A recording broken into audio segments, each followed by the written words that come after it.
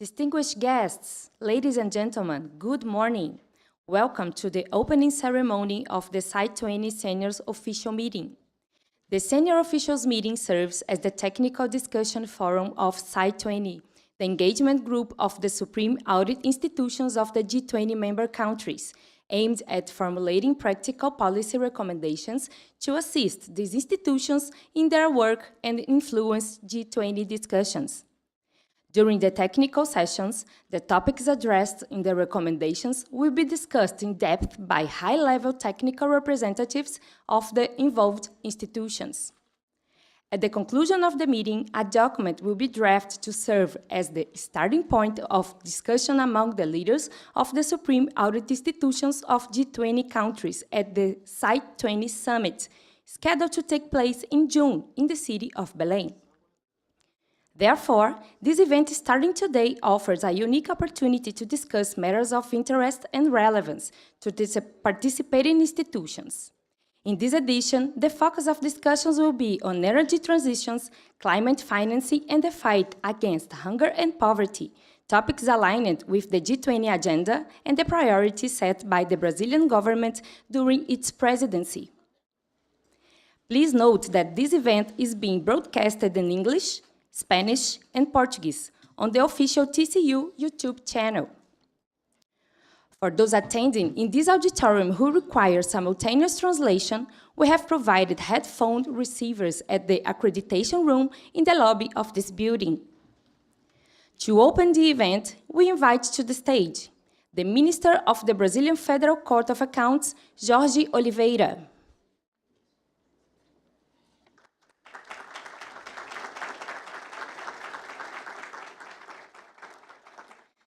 The Deputy Comptroller and Auditor General at the Supreme Audit Institution of India, Mr. Parveen Mehta.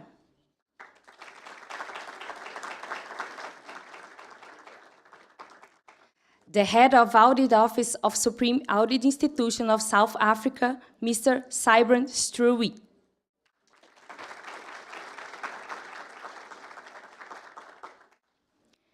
We now give the floor to the Minister of the Brazilian Federal Court of Accounts, Mr. Jorge Oliveira.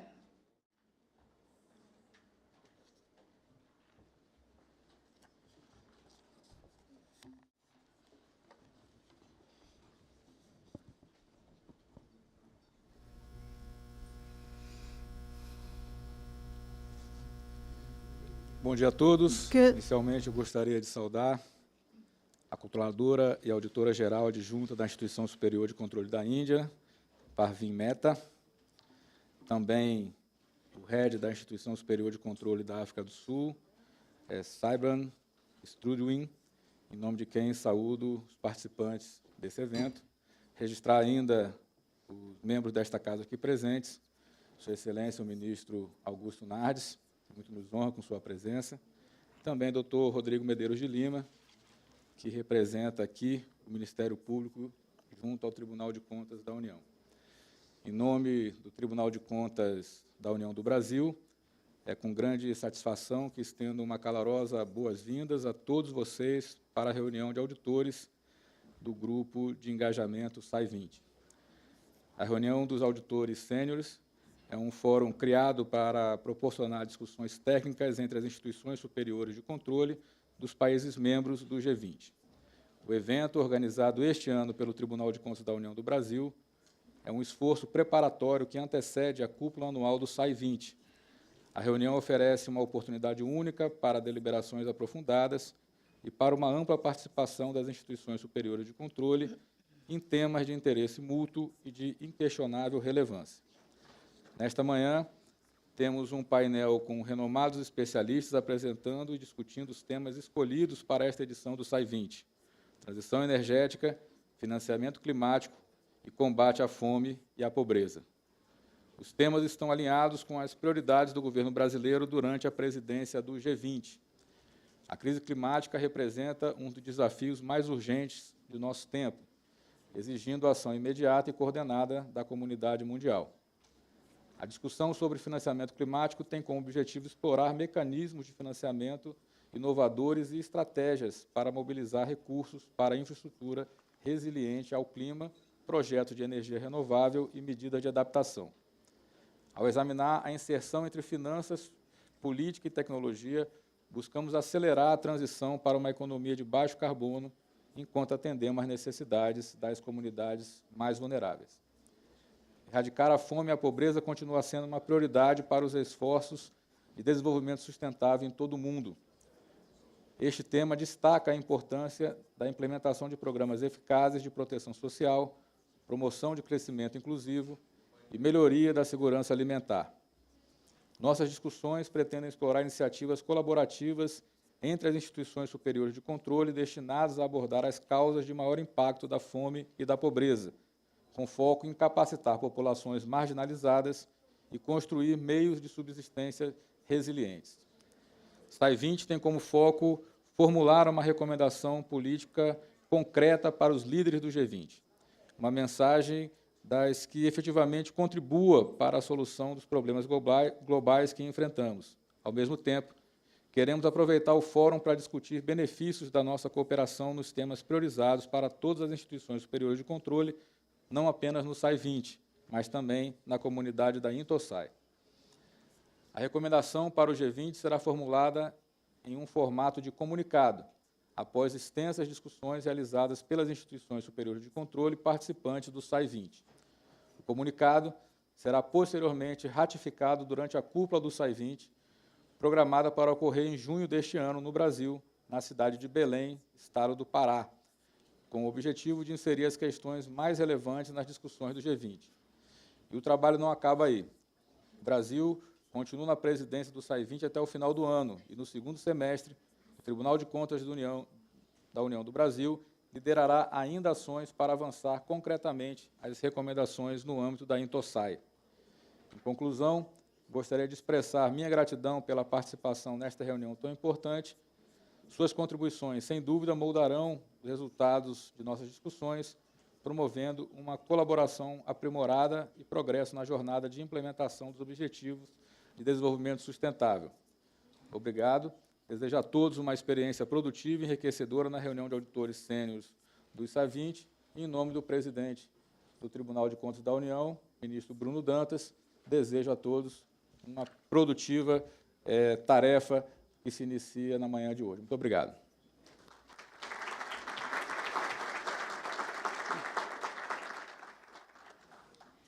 At this time, we invite the Deputy Comptroller and Auditor General at the Supreme Audit Institution of India, Mrs. Parveen Mehta.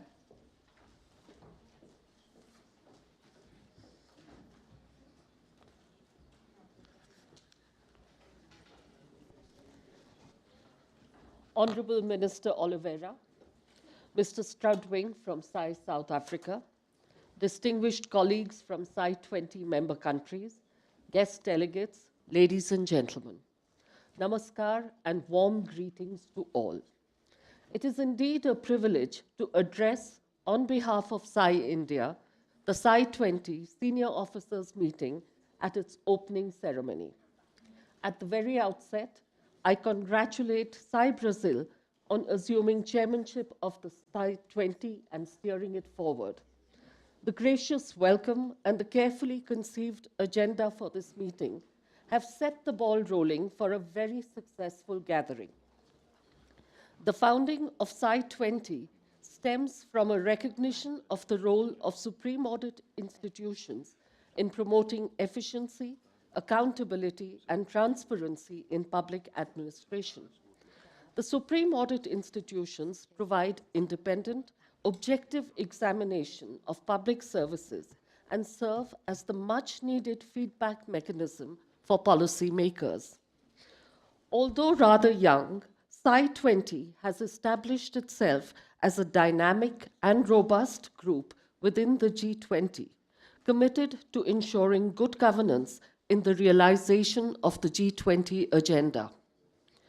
A mere 2 years ago, as the world emerged from the pandemic, SAI Indonesia established the SAI20 with an agenda of global health architecture, sustainable energy transition, and digital transformation in the spirit of recover together, recover stronger. The following year, SAI India, as chair, chose two frontier cross-cutting themes of responsible artificial intelligence and auditing the blue economy as areas for SAI20 to deliberate upon. And today, we are gathered here to dwell upon the critical themes of climate finance and fighting hunger and poverty, chosen by our current chair, SAI Brazil. Two extremely relevant themes the world has been grappling with and continues to do so, interlinked with sustainability, with equity, with scarcity. The current year's themes are deeply connected to survival of the present and future generations. They explore the intersections of finance, climate action, and global sustainability. Climate change is the biggest threat to the fight against hunger, and climate finance is a catalyst for change, empowering nations to adopt green technologies and foster sustainable practices. Accountability in climate finance presents unique challenges, and SAIs need tailored methodologies and risk assessment tools to evaluate the impact of climate finance initiatives.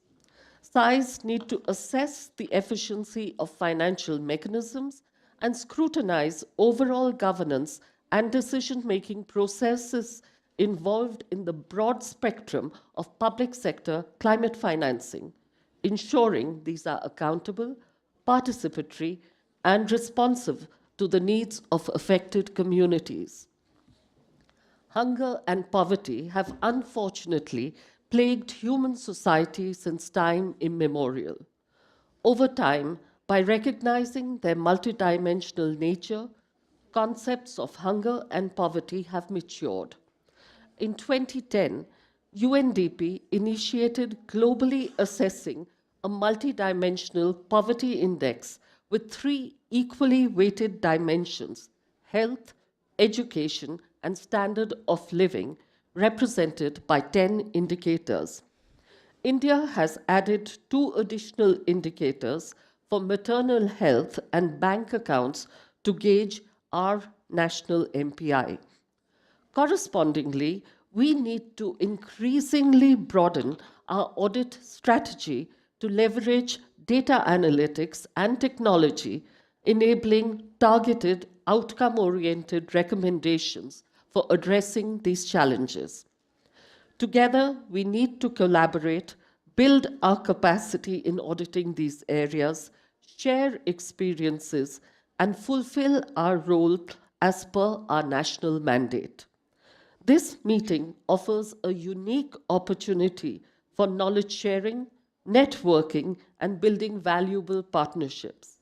I'm confident that the draft communiqué that will emerge from our deliberations will reflect the positive impact the SAI20 can make on the global community. To conclude, before I conclude, I would just like to say that SAIs, with their mandates of stewards of public finance, have the responsibility to ensure that resources allocated to address these issues are used efficiently and effectively. The resultant enhancement of good governance successfully impacts implementation of G20 priorities. This leads me to recall SAI India's proposal at the Goa summit, advocating SAI20 as an independent institutional track within the G20 structure rather than as an engagement group. As an engagement group, SAI20 does not have the leverage and stature warranted by their role and far-reaching impact that has also been justifiably recognized by the United Nations General Assembly. Recognizing this synergy between the Supreme Audit Institutions mandate and the G20 agenda, our proposal sought to realize the force multiplier effect of the SAI20 by ensuring the group's independent stature, precluding all external influences, and enabling them to enhance governance, efficiency, accountability, and transparency in furthering the G20 agenda.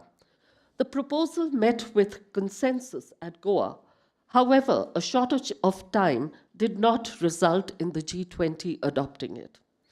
We look forward to this August gathering and SAI Brazil as chair of both the SAI20 and the Inter-SAI Governing Board, taking this matter ahead by apprising the Sherpas of our respective nations to build consensus to confer the SAI20 group with the status of an independent, distinct institutional track, thereby strengthening the G20 in addressing global economic issues by capitalizing on the SAI20's collaborative commitment to optimal utilization of public resources benefiting humankind as a whole.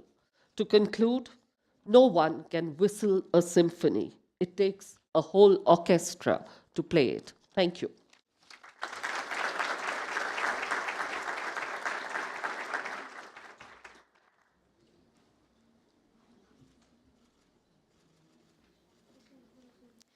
Finally, we invite the Head of Audit Office of Supreme Audit Institution of South Africa, Mr. Sybran Struwing.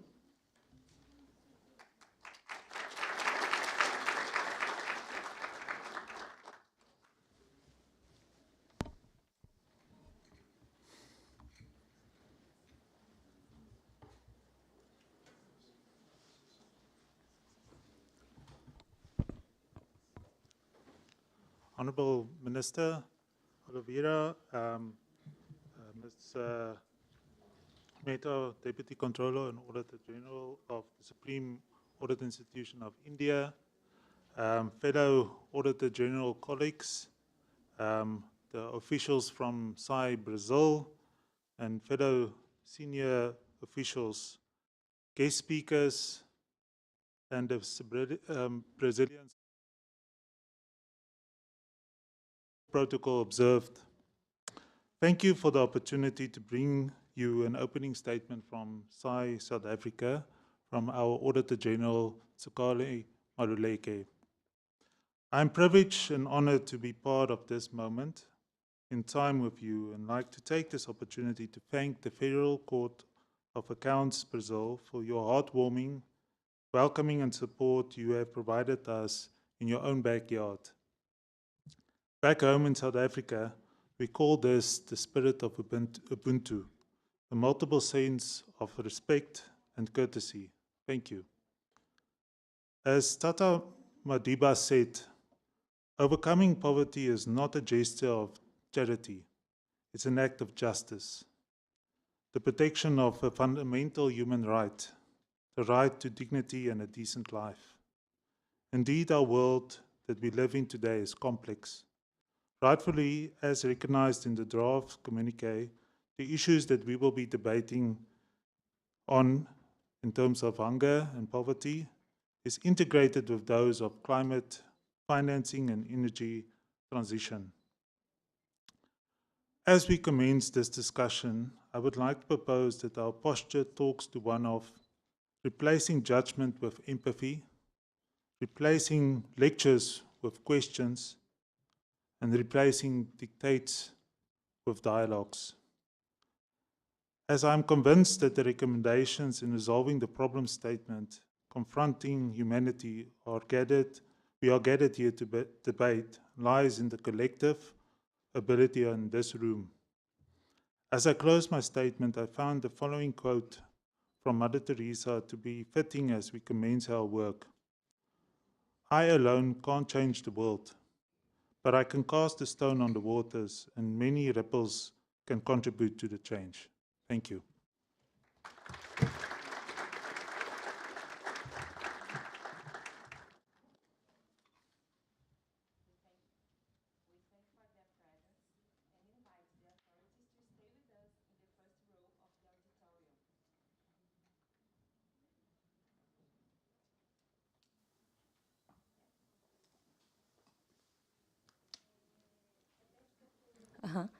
We thank for their presence and invite the authorities to stay with us in the first row of the auditorium.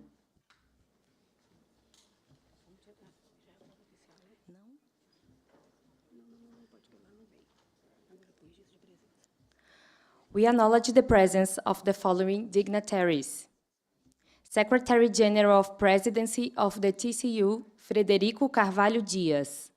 Secretary General of External Control of the TCU, Ana Paula Sampaio. Secretary General of Administration of TCU, Márcio André de Albuquerque. Superintendent of the National Bank for Economic and Social Development, Paula Saldanha. We thank everyone for their presence and invite dignitaries and participants to stand up and approach the center of the auditorium for the official photograph of the SAI20 Senior Officials Meeting.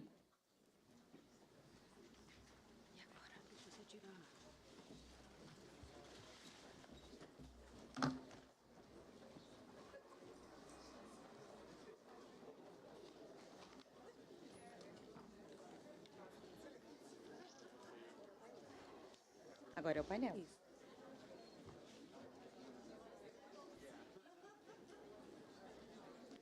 Mais no centro?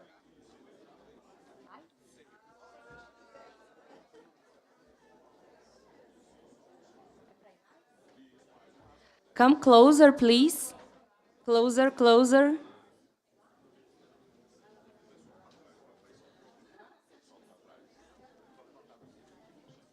Okay.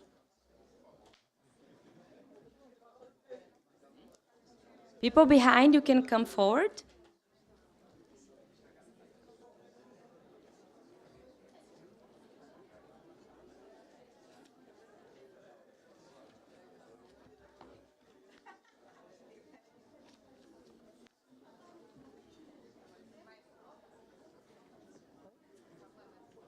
Mais? More closer, more closer.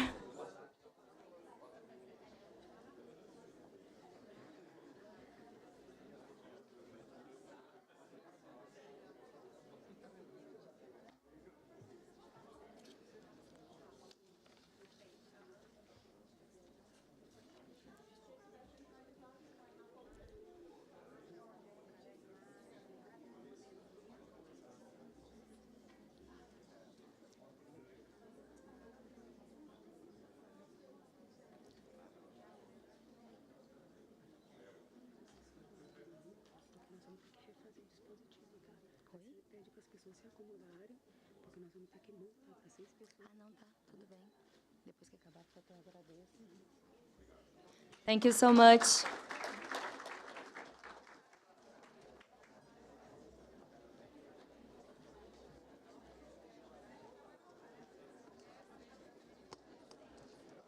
Strengthening sustainable development.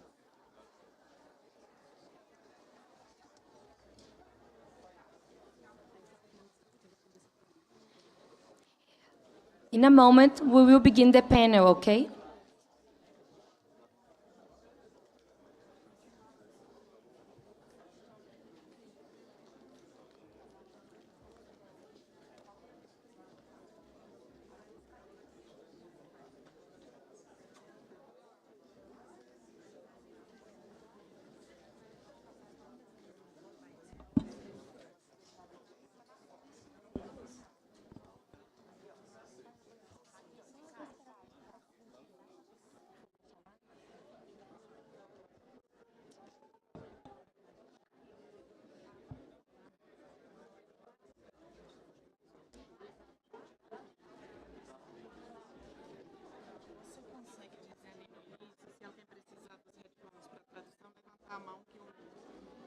Eu vou falar isso agora.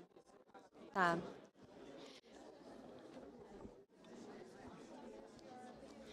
If anyone needs headphones, please put your hand up.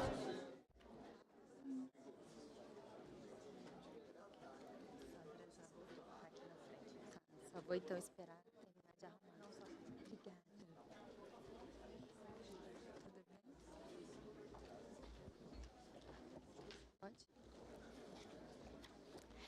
At this moment, we will begin the panel on strengthening sustainable development, climate financing and energy transition, and fight against hunger and poverty. To moderate the panel, we invite the Deputy Secretary General at the Brazilian Federal Court of Accounts, Júnior Arifa Marques.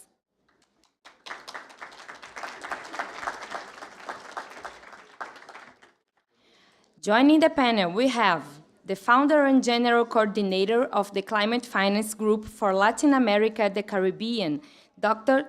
Sandra Guzman.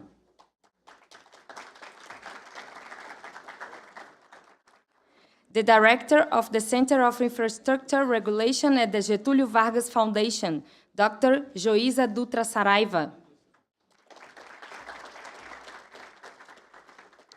The Executive Secretary of Mexico's National Council for the Evaluation of Social Development Policy, Dr. José Nabor.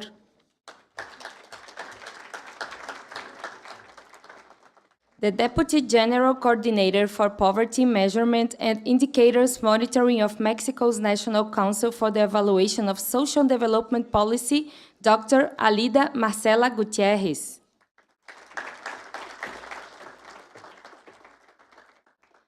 The Legal Director of the Brazilian National Bank of Economic and Social Development, Dr. Walter Baerre de Araújo Filho.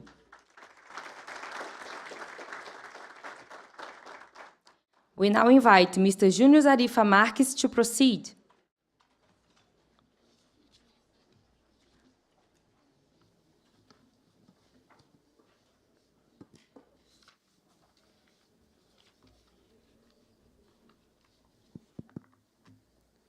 Hello, can you hear me? It's okay, working? Good morning, everyone. Welcome to our senior official meeting. Everyone, welcome to this panel to discuss about how to strengthen sustainable development, focusing on poverty, hunger, and climate crisis, and how to reduce inequality too. Before we start, I hope every one of you is well accommodated in this morning, and we can start now. But before we start, I ask you for permission to break a protocol. Firstly, I invite you to close your eyes for a brief moment right now and take a deep breath. Breathe.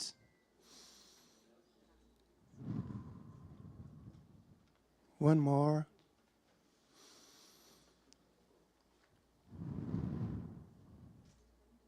Bring awareness to your breath.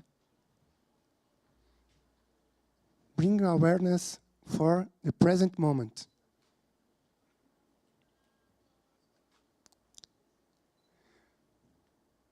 And now, from this state of mind, let's remember why we are here. What is our purpose? Why you are here? We are here not only to address a perfect communique with relevant messages to the G20 community. We are really here to make the difference. We are here because we really believe that we, as Supreme Audit Institutions, can contribute to alleviate the hunger, the poverty, the consequence of climate change. Climate crisis is real, is happening now. The effects of global warming, the effects of greenhouse gas emissions are real. It can be seen in the entire planet right now.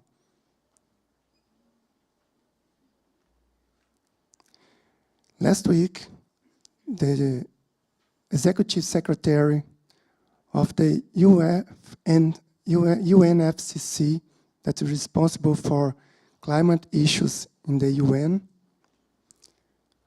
advertised us. He said that we have only 2 more years to save the world. And he just called attention for this and called everyone in the planet to climate action right now.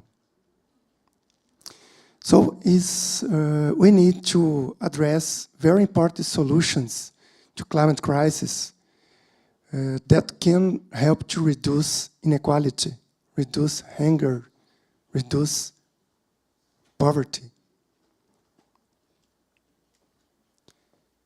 So by now, we know that Supreme Audit Institutions can help national governments by assuring transparency, accountability, and the efficiency of public policies by identifying some inefficiencies, identifying fragmentations, overlapping, contradictions, and lacks in the public policies and other initiatives.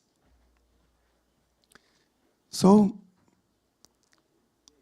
beside of this, Supreme Audit Institutions can help to assess public policies, identify by indicators, diagnosis, opportunities to improve, enhance the reliability of the environment for more investments, more climate action financing. So in this special meeting, one of the first purpose here is to address our relevant messages to the communique, to sensibilize the G20 community, the politics, the Sherpas, to include them in their considerations. But the second one, we have to continue to work to address our recommendations and our suggestions to contribute to strengthen the global voice of INTOSAI by delivering our suggestions to the working groups related to these themes to work to get together cooperatively. So you have a very, very big challenge here today. With no more words, let's start our panel. I would like to thank you, all the specialists here, to contribute to our discussions. Each one will have 15 minutes. I ask you kindly to respect your time so everyone can contribute.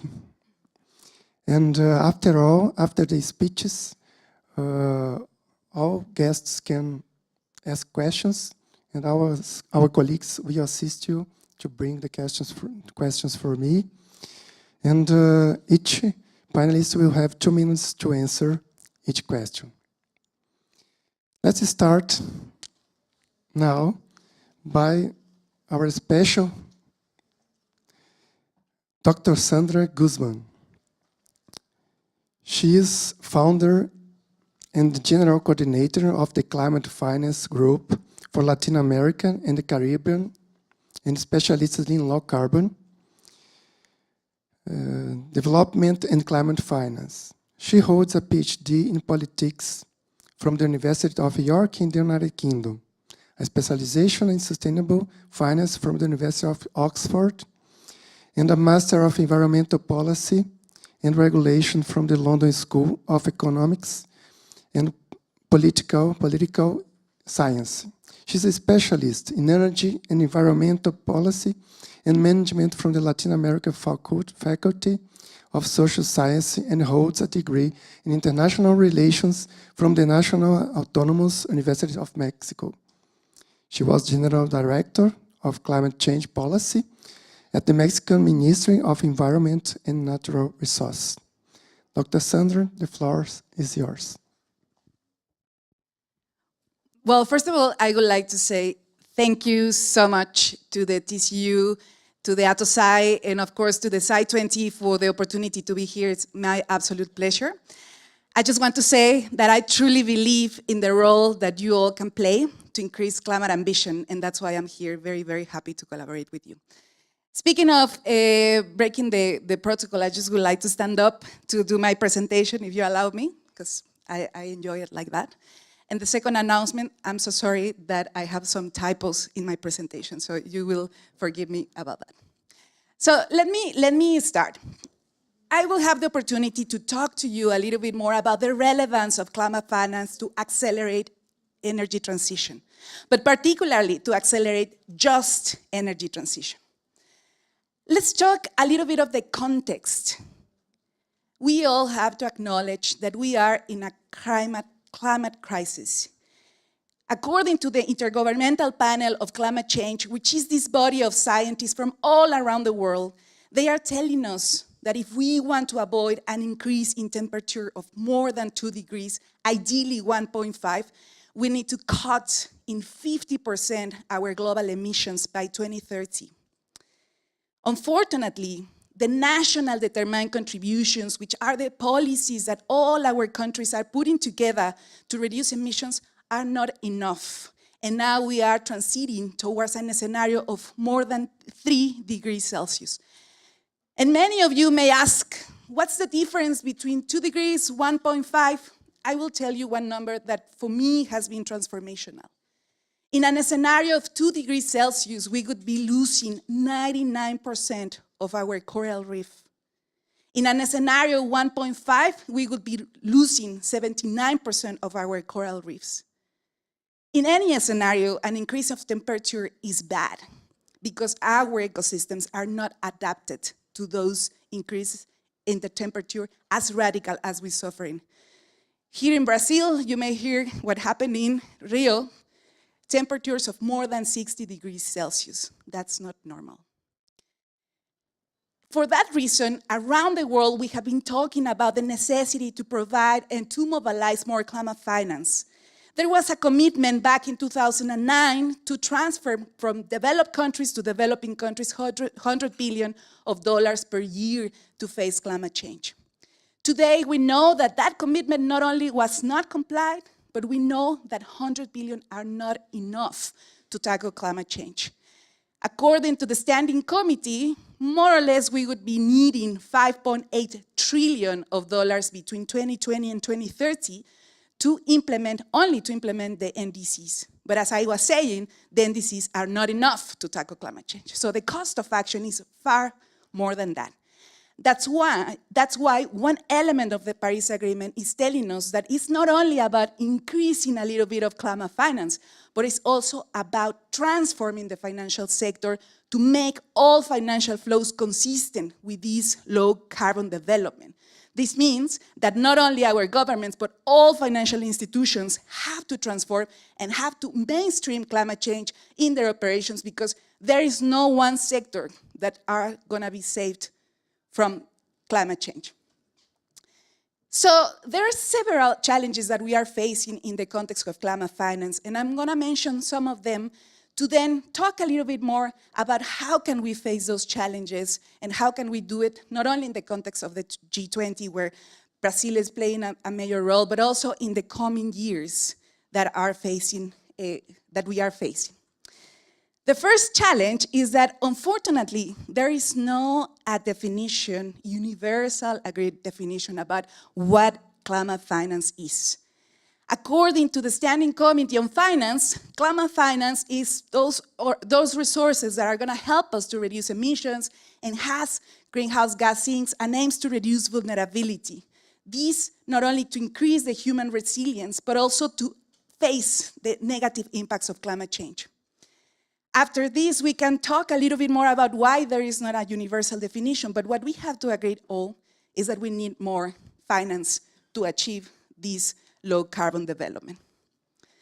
Another big challenge is that if you see the global numbers, there are several studies that talk that yes, the climate finance is increasing. These are numbers of CPI that says that, for instance, in 2021-22, there was a mobilization of 1.2 trillion of US dollars, including private finance.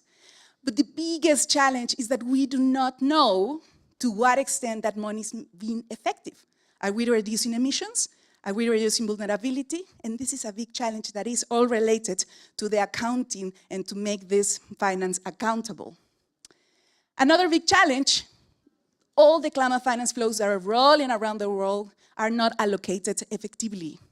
Actually, some of the major flows are allocated in the north of America, in Europe, when there are several countries in the global south that have several needs on climate finance, and they are not major recipients of this resource. Even in Latin America, the allocation of climate finance is not equal. This is just an example from the Green Climate Fund, and you can see Brazil is the main recipient of climate finance in Latin America. And there are other very vulnerable countries that are not accessing to this finance. Another big issue, even though climate change is threatening all the type of development in our planet, the climate finance is still a very limited portion of all development finance. And what we need to do is transform these trends to make climate change more consistent and mainstream in the development finance. And one of the biggest issues that we are facing at the moment is that most of climate finance has been allocated through loans, which is increasing the public debt of developing countries. All these yellow lines are loans. And this is also constraining the fiscal space that developing countries have to tackle the problem of climate change. And possibly, one of the biggest challenges that we are facing at the moment is that if you put all the financial flows that exist out there, climate finance is a minimum part of this. And carbon-intensive finance is still bigger and is still mobilizing and increasing. This is, we are investing more in actions that create the problem than in actions that are going to help us to face it. And I will give you an example in the context of Latin America.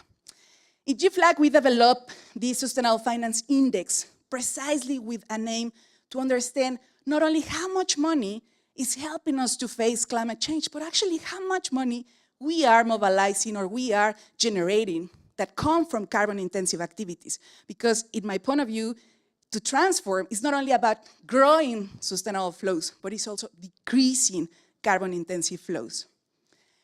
This Sustainable Finance Index is precisely helping us to understand those gaps, but not only how much we are spending, but also how much we are bringing as a revenue, because that also makes a huge difference. Because when we talk about climate finance, we have to talk about the public finance circle, not only the budget, which is normally most of the conversations out there are about budget. But what about revenue? It's very, very important. In this index, we analyze not only qualitative indicators to understand what is the context of these countries, but we also analyze these quantitative variables that I'm going to tell you. And what is relevant is that for us it's very important to understand the full picture of a country to be assessed. For instance, we analyze indicators like policies, social indicators, environmental indicators, economic indicators. I'm just going to give you an example. This is an example for Brazil. We analyze, for instance, the type of emissions that the country has. And as you know, Brazil has two major sources of emissions, agriculture and livestock, and energy.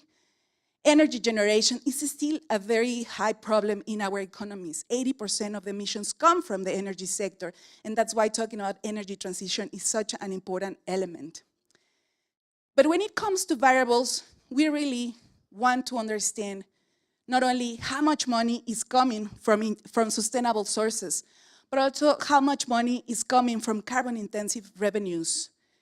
And we also analyze the sustainable budget, how much our countries are really investing to tackle climate change, and how much are they still investing in carbon-intensive activities. The information that I will show you has been implemented to the 20 major emitters in Latin America, just to give you an example of these gaps that exist out there. Basically, based on the results, we categorize the countries, because it is true. A lot of countries are increasing their allocation of climate finance, but that doesn't mean they are stopping investing in fossil fuels, and this is the point. This is the result of the 20 countries. What you can see is that there is no one single country in Latin America that have balanced sustainable finance. They might be investing a little bit more on climate change, but they are still investing in fossil fuel activities. So there is no one that is doing very good in terms of going towards sustainable finance. Some countries in Central America are doing a little bit better because they don't rely on fossil fuels to generate revenue, for instance. This is Brazil in the position number 6, because Brazil is still investing in fossil fuels, but it's also increasing the investments in activities related to climate change. And this is happening in recent years.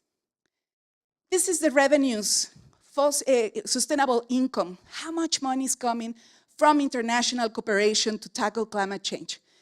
Out of the total income, for instance, that come for development, in the case of Cuba, they receive 49% is related to climate change. But this is not the case of the rest of the countries. For instance, Brazil, out of the total development finance, they receive 21% is related to climate change. And this is increasing, and it's good, but it's also important to see how to mainstream climate change in the rest of this data. This is just to say that there are also new ways to generate revenue. You may hear about the green bonds, the sustainable bonds, that are also increasing the possibility of countries to open the fiscal space, and Brazil is doing so, just to provide an example. However, there are still a lot of countries that rely on fossil fuels to generate revenue. In Latin America, for instance, Ecuador, Mexico, Trinidad and Tobago, they still rely a lot on fossil fuels to generate revenue. And this is a major constraint to achieve the energy transition, because instead of really facing these, some countries are still investing in fossil fuels, creating a carbon lock-in in their economies. But this is what, for me, it's a major concern. It's how much our countries are investing to tackle climate change. For instance, in the case of Guatemala, out of the total budget that they allocated in 2022, only 2.9 was related to climate change. In the case of Brazil, only 0.045%. This means that we need to be able to mainstream climate change, not only in the environmental sector, but also in the transport, in the energy, in the agriculture, in all different sectors, because climate change is a cross-cutting issue. It's not only an environmental issue. And this is the allocation in carbon-intensive activities. For instance, Bolivia, Mexico, out of the total budget, Mexico, for instance, invested 15% of its budget was towards the production of fossil fuels, when the allocation to tackle climate change was only 0.045%. So this is only to show you the gaps that still exist, because again, it's not only about increasing sustainable finance, but it's also about decreasing carbon-intensive finance. And this is just the comparative. If you put together the 20 countries, this is the comparative between sustainable revenues versus carbon-intensive revenues. This is the case of Brazil. Sustainable revenues versus carbon-intensive revenues. Sustainable budgets versus carbon-intensive budgets at the regional level. This is the case of Brazil. I have to say that I have been analyzing budgets for the last 18 years, and Brazil is increasing its allocation of budget in relation to climate change in recent years. So, to conclude, I think it's very, very important, again, not only to measure the numbers and the quantitative elements, but also the qualitative elements. If we want to achieve the energy transition, it's not only about investing in technology, but also achieve a better access to that technology. It's important to talk about how these flows will create jobs. It's important to talk about how can we really redefine the sector in the context of fossil fuels. In the G20, we still have lots of fossil fuel producers. How can we provide to the fossil fuel sector an alternative? Those engineers that are experts on fossil fuels, how can we bring them to the investment in renewable energy, into creation, in geoenergy, and other alternatives that are out there? But we cannot just keep investing in fossil fuels and providing subsidies. Subsidies is a major issue that it's very important to discuss in the context of the G20. And 3 elements that I would like to emphasize in the context of the G20. 1, fiscal reforms. It is very important to penalize carbon-intensive activities. Carbon taxes. We need a global carbon tax to start penalizing these carbon-intensive activities. And not only the most pollutant, but also it's important to tax the richest that don't pay taxes in our countries. It is very important to redesign budgets to mainstream climate change and to really start investing in the transition. And of course, we need that all of this happens in the context of a transparent framework. it is very important to increase accountability and transparency mechanisms, not only at the federal level, but also at the local level. With this, I would like to conclude just inviting you can access to all this data, and of course, I leave you my contacts because it will be my privilege to be able to provide more information and detail about all of this. Thank you so much for the opportunity.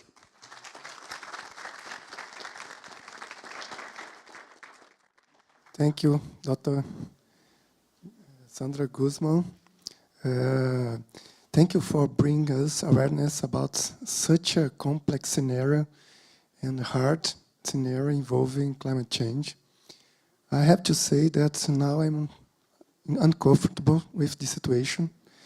Maybe it's very good because we have to find solutions to address more investments, finance to equitable energy transition into clean energy alternatives, and we should work hard to this and fast.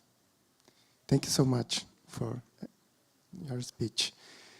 And now I have a pleasure to introduce Dr. Joísa Dutra Saraiva, that is a member of the World Economics Forum Global Future Council. She holds a PhD in economics from a Getúlio Vargas Foundation and was director of the National Electric Energy Agency between 2005 and 2009. She was a visiting professor at the Kennedy School of Government, Harvard University, in 2010, and has been director of the Center of Infrastructure Regulation at the Getúlio Vargas Foundation since 2010. She has experience in economics, working mainly in the following areas: economics of regulations, energy economics, auctions, experimental economics, organizational theory, and contracts. Please, Dr. Joísa, the floor is yours. Thank you. It's going to be challenging to talk after you. So it was an awesome presentation, not only in content, but you are also able to meet the time limit we have. Okay, I'm going to switch to Portuguese. Even though I have prepared, I think I will do a better job, and then we can have a conversation afterwards. So yes, here, thank you very much. So, in the preparation for this, na preparação para essa fala, eu estava analisando o que era a concept note para esse evento. E nessa concept note, só um momentinho aqui que eu estou tentando achar aqui. Nessa concept note é apresentado um conjunto de questões que deveriam ser endereçadas nesse evento. Não é isso? Quais são os tipos principais de abordagens para um auditing que seja eficaz para finanças climáticas e para uma transição energética inclusiva? Quais são as abordagens mais adequadas para essa efetividade? Estruturas colaborativas que poderiam ser estabelecidas através de compartilhamento de melhores práticas, dados e metodologias de supervisão. Na fala, então, da Miss... one moment here. Ok, na fala, então, de Miss Parveen Mehta, ela estava introduzindo o tema da necessidade de estabelecer um mandato com critérios de accountability, participação e que sejam responsivos às necessidades das comunidades afetadas. E também destaca a necessidade de leveraging data analytics para endereçar estes desafios nas tarefas de auditing. Eu creio que a apresentação que eu pretendo trazer aqui conversa com esses temas através de 3 desafios colocados para a transição energética. Pobreza energética, ou seja, como promover affordability and hardship, resiliência de infraestrutura e vulnerabilidade social. Então, eu creio que palestrante que me antecedeu foi já bastante esclarecedora nos desafios colocados para a transição energética. Hoje temos, felizmente, mais de 140 países que já submeteram a Net Zero Pledges, um volume de investimentos massivos, trilhões, na casa de trilhões de dólares, muito superiores aos números que temos alcançado ainda aqui ao Alvissareiros. E o resultado mais recente da COP nos fala da necessidade de um compromisso de transition away de fossil fuels, triplicando investimentos em energias renováveis e dobrando a eficiência energética. Quais são os desafios que são colocados, então? O primeiro desafio colocado para essa transição energética é o desafio de affordability and hardship. Então, voltando de novo, voltando a Data and Analytics, é extremamente importante que nós tenhamos a capacidade de entender, avaliar as políticas, avaliar a implementação de políticas na sua capacidade de garantir acesso à energia elétrica de modo inclusivo. Desde 2016, a Comunidade Europeia já trabalha no tema, aliás, seguindo a experiência do Reino Unido, que já foi pioneiro, identificando pobreza energética. Quais são os segmentos afetados? Esse é um mapa do Brasil, fazendo uso de microdados, um estudo de caso, e mostra que parcelas significativas da população nas regiões Norte e Nordeste, que são as regiões com maiores desafios do ponto de vista de desenvolvimento econômico, comprometem mais de 6% da sua renda para consumir energia elétrica, o que caracterizaria pobreza energética. Primeiro desafio, então, é identificar quem são as pessoas vulneráveis no seu acesso à energia elétrica e a outros recursos, outras fontes de energia, também a outras utilities. Por que isso é importante? Podemos melhor informar políticas e adaptar a regulação accordingly. Significa o quê? Implementar desenhos de tarifas que possam melhor alocar custos e benefícios dessa transição energética com números tão elevados. Um segundo ponto, então, por exemplo, aqui temos o caso de 2 estados no Brasil, 2 estados. So we have two.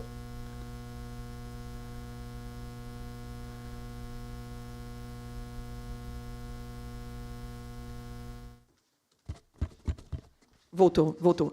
2 estados vizinhos com características até não distintas, ainda que um grau de desenvolvimento bastante distintos. O que se mostra, no estado do Rio de Janeiro, mais de 50% da população poderia ser caracterizada como pobreza energética, em situação de pobreza energética. Ao passo que, no estado de São Paulo, menos de 20% da população. Então, como é que nós podemos contribuir para o desenho e a implementação de políticas que consigam identificar segmentos da população and which populations are suffering with that issue and are suffering with tax elevation as well.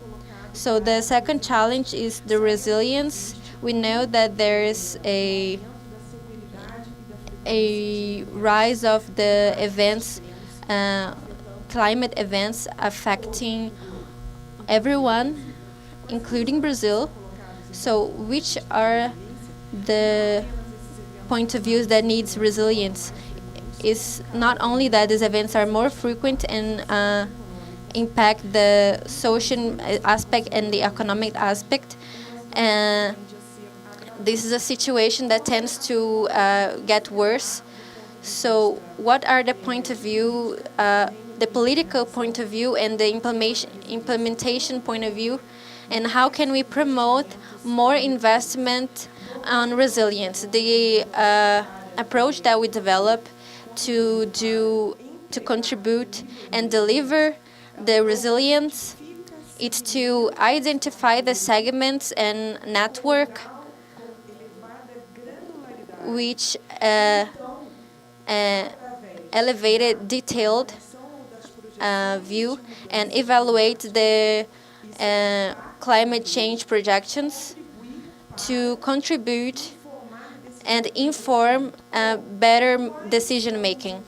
And what are the investments and the benefits that surpass the cost and development to develop resilience. There's a third challenge who brings the climate decision making, and there is another step that we are talking about a highly regulatory industry.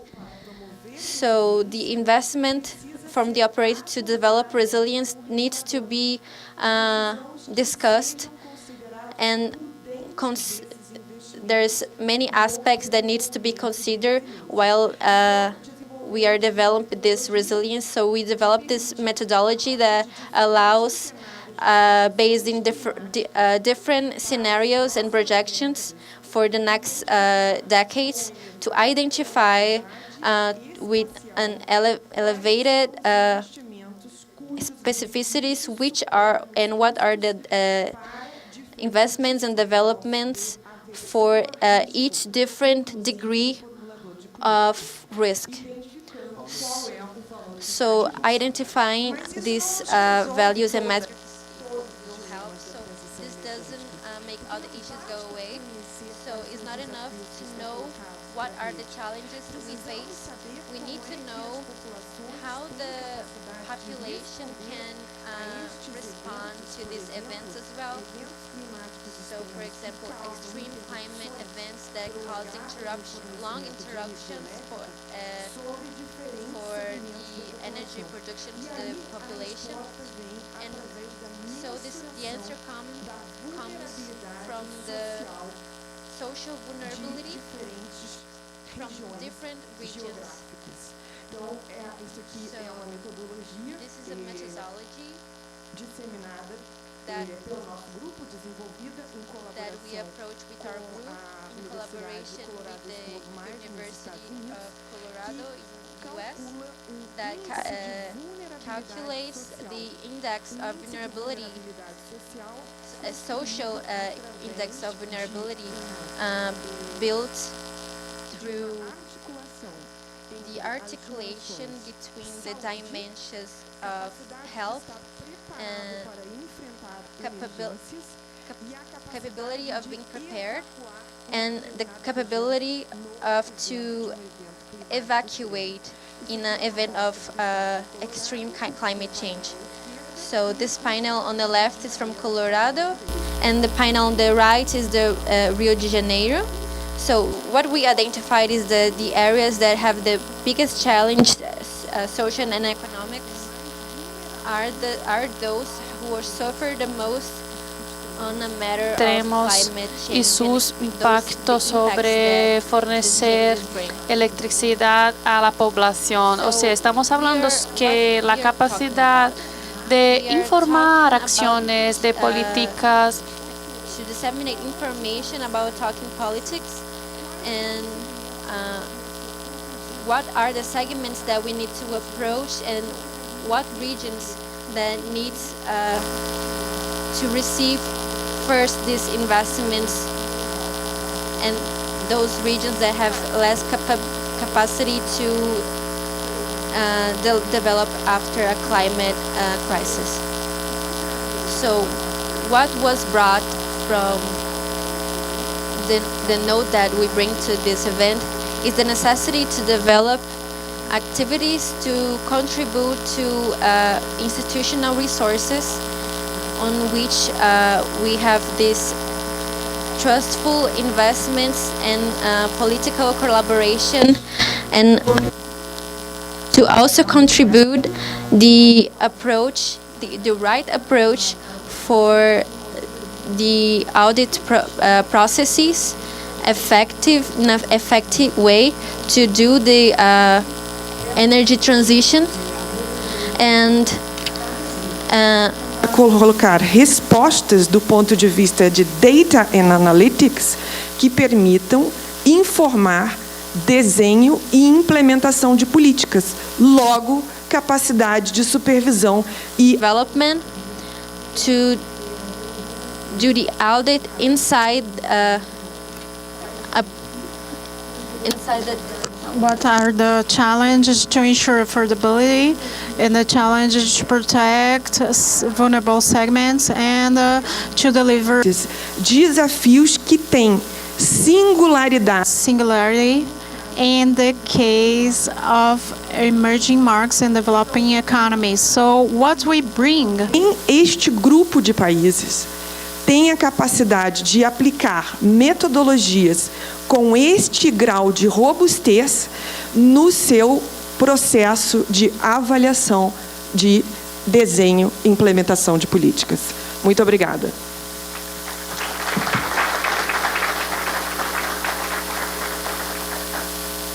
Thank you.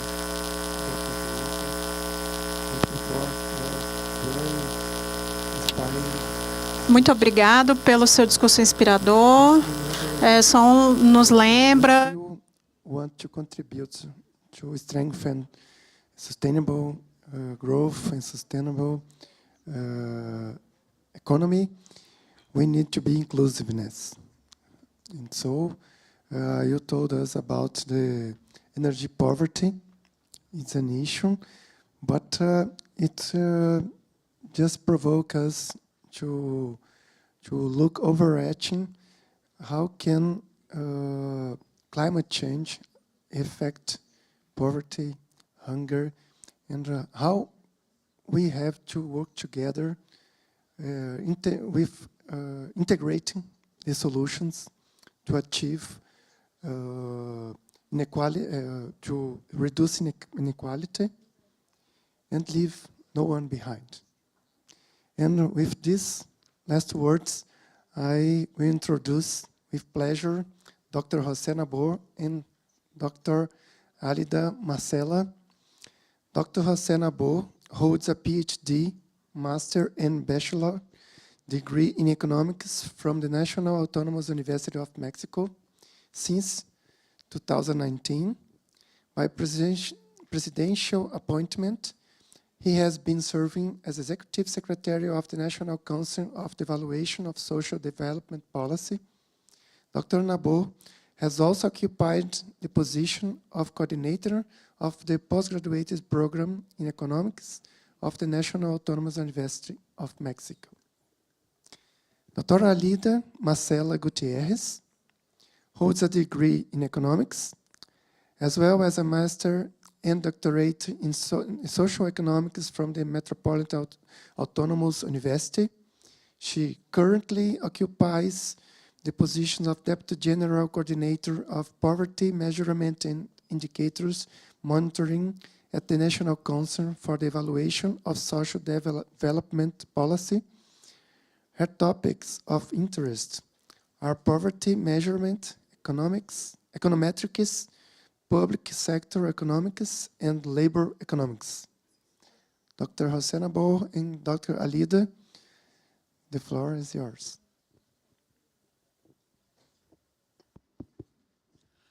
Good morning, everyone. Our presentation will be in Spanish, so we ask to use the translator. Buenos días. Antes que nada, desde Coneval agradecemos mucho la invitación a participar en este evento. El objetivo de nuestra presentación será compartirles desde el caso mexicano cómo se ha desarrollado una medición multidimensional de la pobreza. A partir de ahí veremos algunos resultados en los diferentes niveles territoriales para nuestro país y a partir de ahí algunas recomendaciones en cuanto al uso de la información en cuanto a los niveles de pobreza para desarrollar y priorizar la política social, no solamente el caso mexicano, sino para algunas otras economías latinoamericanas. And also some Latin American economies. And I would like to hand over to Dr. Gutierrez, and she's going to present the first part of this presentation. So let's start. What's Coleval? Coleval, it's about an organism of Mexico that is in charge of two public tasks: to evaluate the social programs and to create the multidimensional measurement of poverty. Our goal is not to be a judge.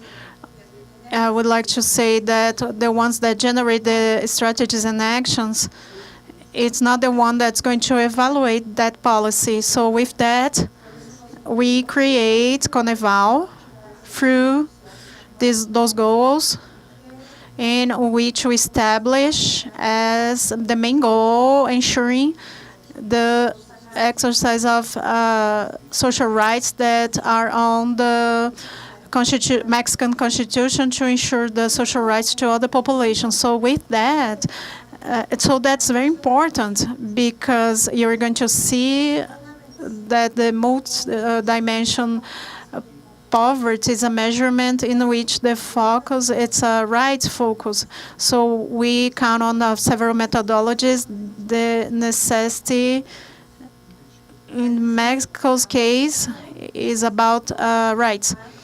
What I mentioned before is the coordination and create the social development policy and create a criteria to verification and measure of that poverty in Mexico. So we measure. The measurement is the focus where this measurement is. That's important because before 2001, we didn't have that. We had programs, actions that intend to fight poverty, but we didn't have something that could measure the improvement in public policies case. So we created a committee that was under the social development minister, and it was in charge to measure the poverty. We have poverty lines, assets, capacity, and food, and we can't measure all of that. If we say let's put the minimum wage, we are going to have dignifying livelihood for the most vulnerable. So in this sense, the general law established which are the minimal criteria to consider these measurements.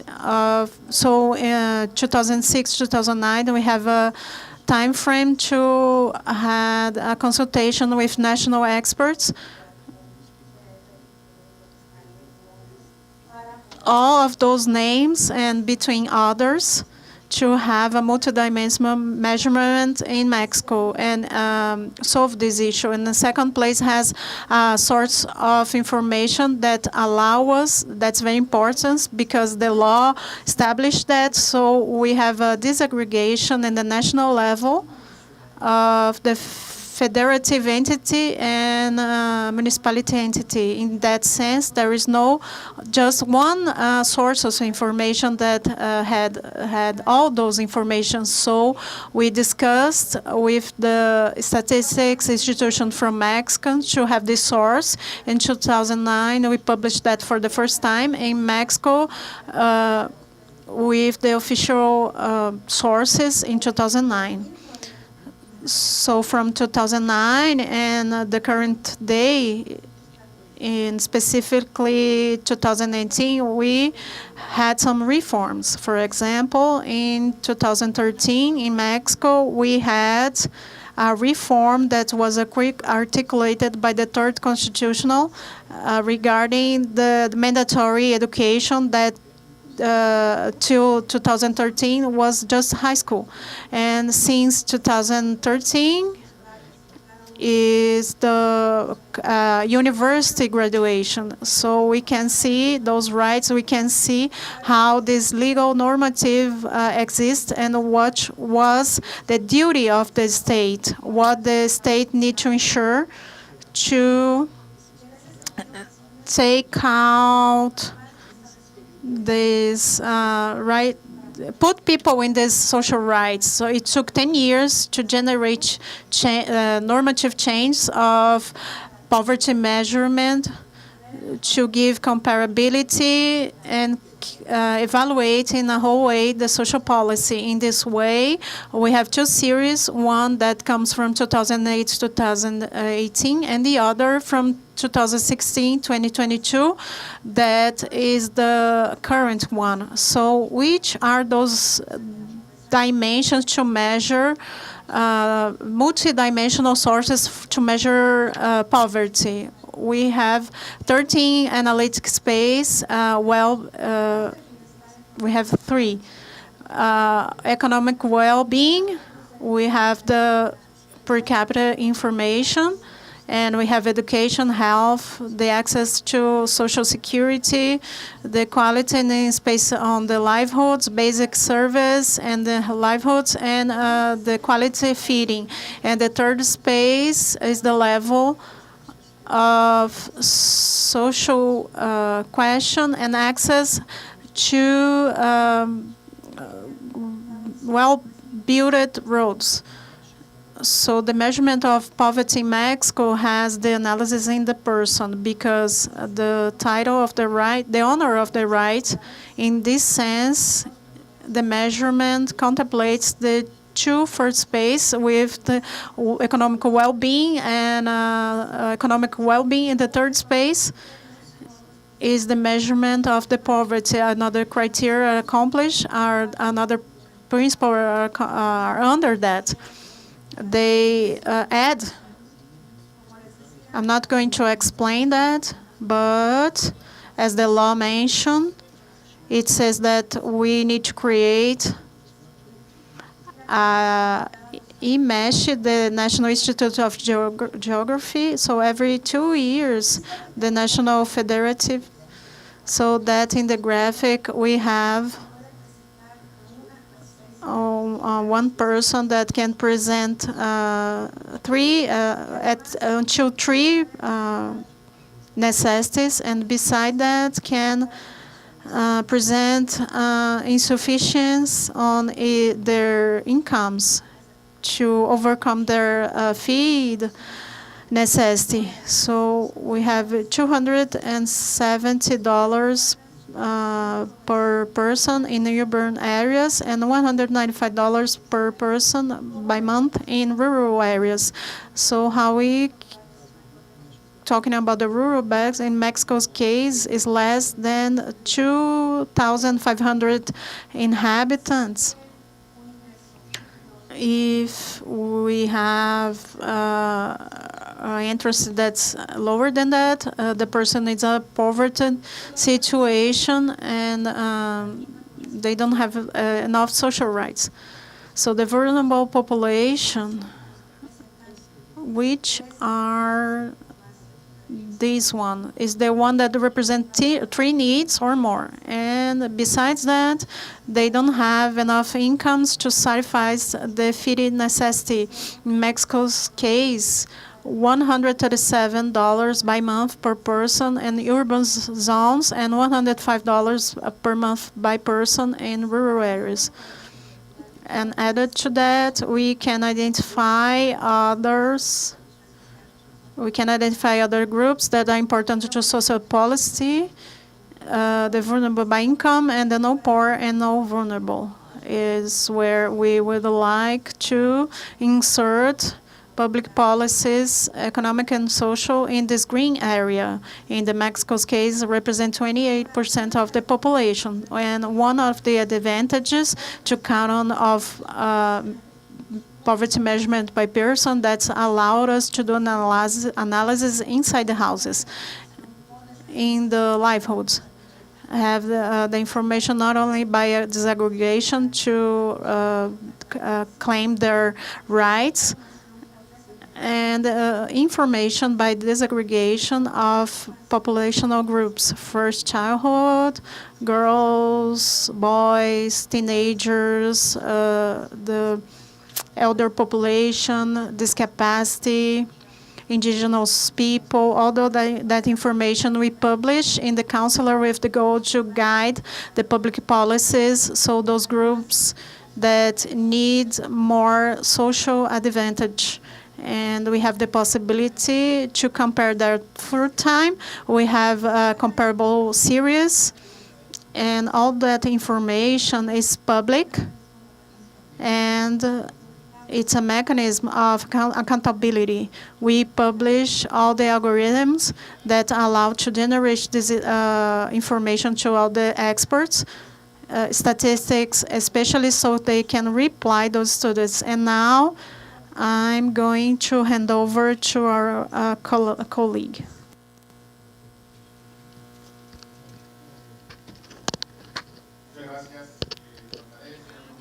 Thank you very much.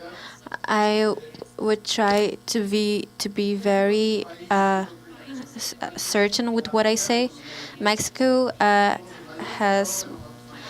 is one of the biggest economies in the world, the one that exports the most to the U.S. So as you saw, due to the pandemic in 2019, we had a rise of 43.3 of population being on a poverty situation, and a little bit more than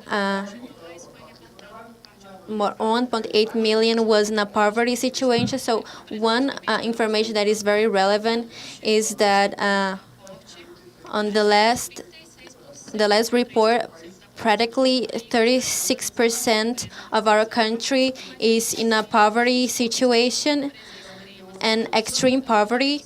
So certainly there was a reduction in the last 2 years, but we can establish a few hypotheses and on what were the factors that reduced the situation. And the internal product decreased 8%.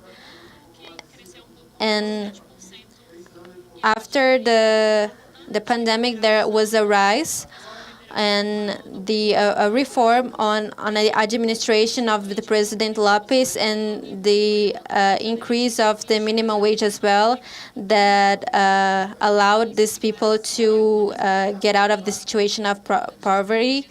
And a few important characteristics that developed the situation is that we can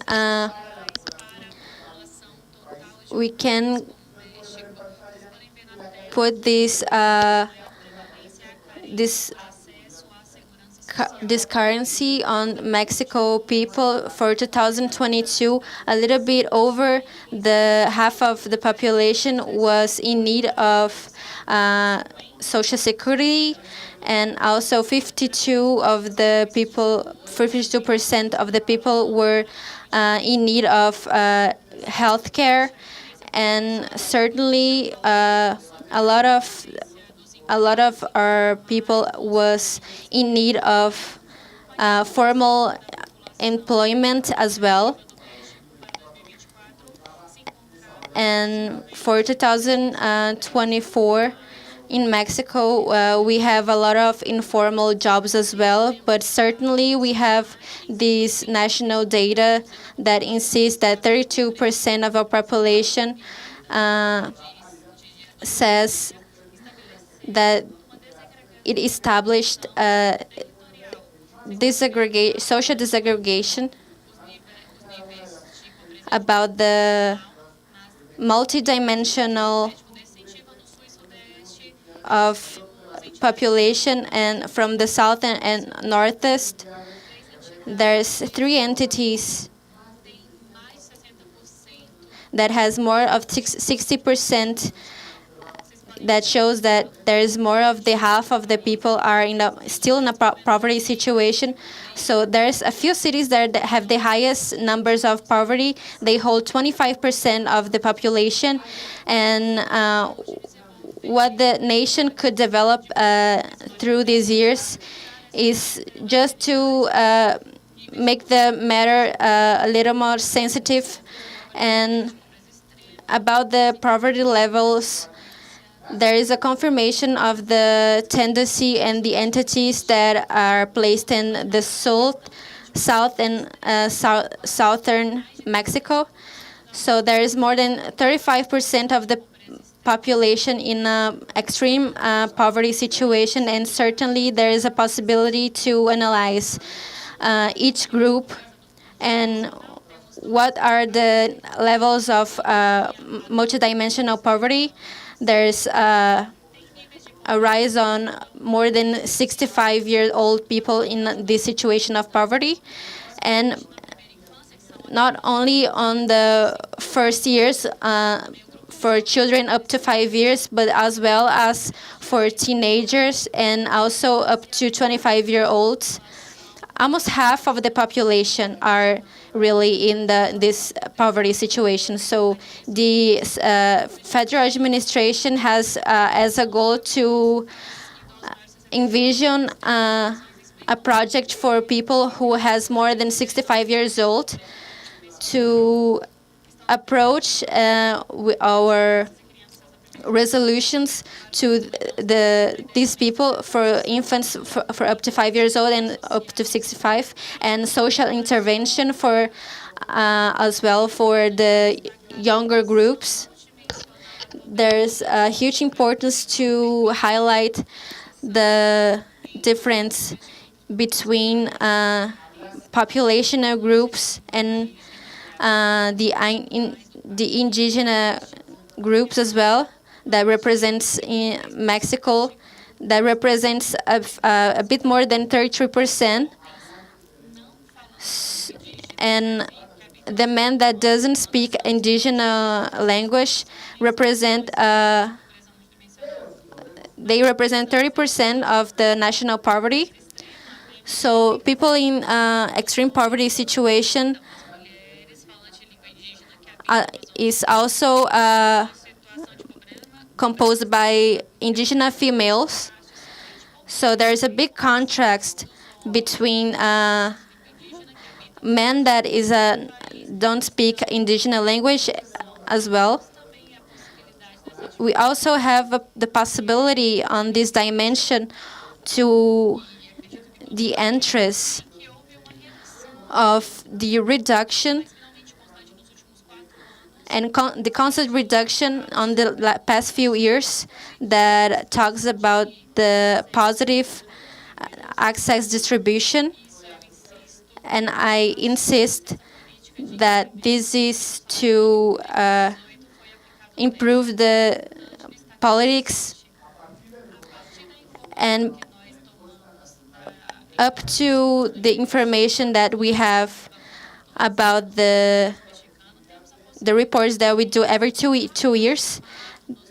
The goal is to approach the social programs and to avoid that the poverty comes back again in 2020, and to improve the social projects as well. And for 2022, we had a poverty reduction of 36.6% of the population, including with the social programs. So the total percentage is the effect of the non-increment and the poverty index that oscillates. So we want to decrease the poverty in a national matter. So since we had the last update in the last few years, we can compare with what I presented on the last slide. Not only the cities on the north of the country, but they also integrate one of the biggest characteristics is to envision this city, the view of the city in relation to the poverty that we had in 2010. So we don't have only these levels of poverty, but also we have poverty in the north and center of the country. And we have Coneval, which is an government institution that has that give us the information to evaluate the social programs and also allow us to give to the government this information and distribute these funds in a way that is the approaches to all the cities and develop a sustainable development in a national way. And many of the responsible people that are engaged with these social programs, they have to prioritize and diagnose these interventions and where are the places that needs the most as well, not only in a federal level, but in a national government size. In the past 4 years, we have a distribution of needs between cities. So we prioritize each city that needs these interventions the most. So to estimate the poverty levels of the system is, with no doubt, the best approach to improve the social politics, and also to share with you all the scenario. Muchas gracias, Dr. José Nabor and Dr. Alida Marcela Gutierrez. Thank you for sharing this very, very clear experience. Thank you for sharing. Mexico. And it shows us something that Supreme Audit Institution need to address their recommendations. That is reliable information, reliable data, and with quality. Quality data. We, in our auditors, usually have to qualify the data to address our recommendations. And so, with reliable data, you can identify if the public policy is focusing in the public that really needs. As we see in energy poverty, we see in hunger and poverty policies that are delivered for wrong citizens. So here it shows us that we can count on you with this very good practice to share that we have shared now, and we can spread this experience to another countries too. Now I would like to remember you all to write down your questions for the specialists, and after the last speech, we will open the floor to answer the questions. By now, I have a pleasure to introduce Dr. Walter Baer de Araújo Filho. Is the legal director of Brazilian National Bank for Economic and Social Developments. He graduated from a Pontifical Catholic University of Rio de Janeiro with a specialization in public advocacy from the State University of Rio de Janeiro and in tax law from the Brazilian Institute of Tax Studies.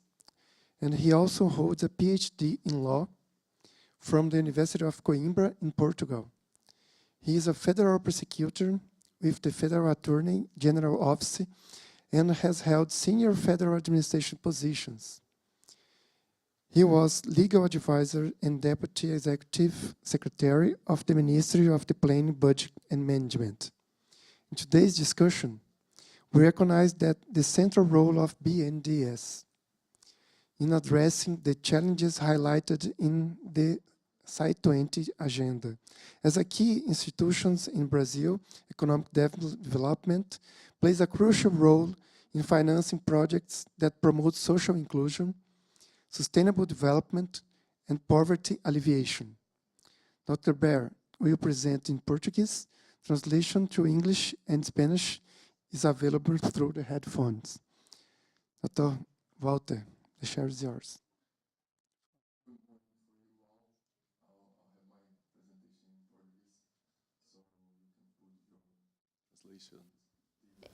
Eu vou.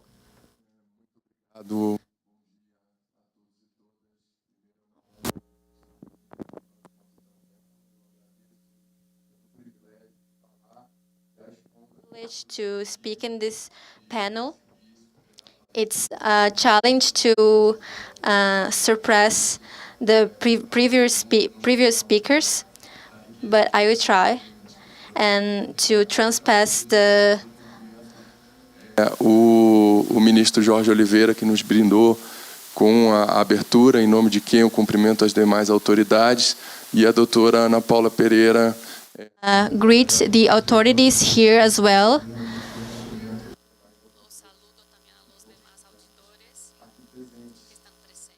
Other political figures as well that are placed here in this panel.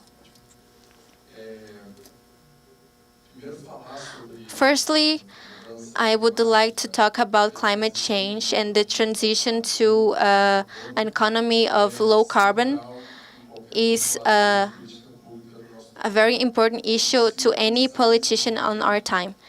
So it's impossible to think about development, social rights, if we don't talk about those topics and energetic transition as well.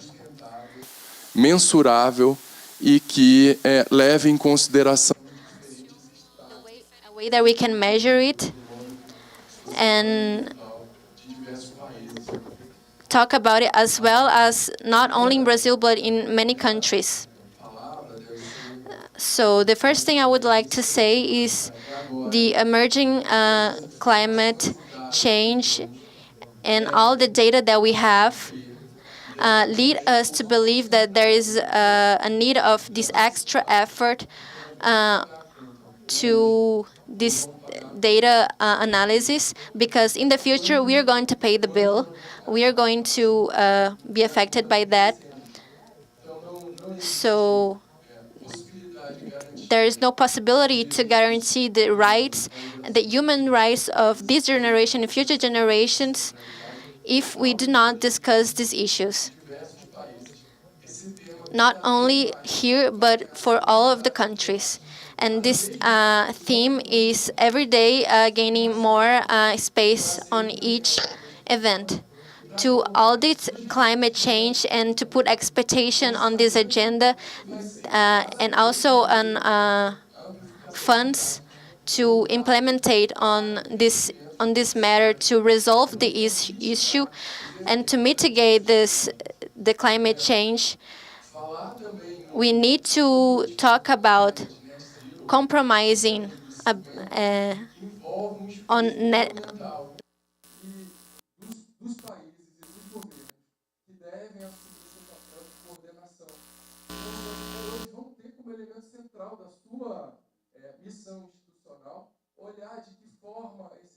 Projects on the matter.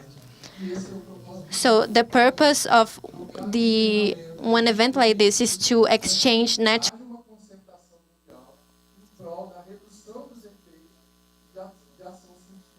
our minds, to bring to these countries and the other countries social development and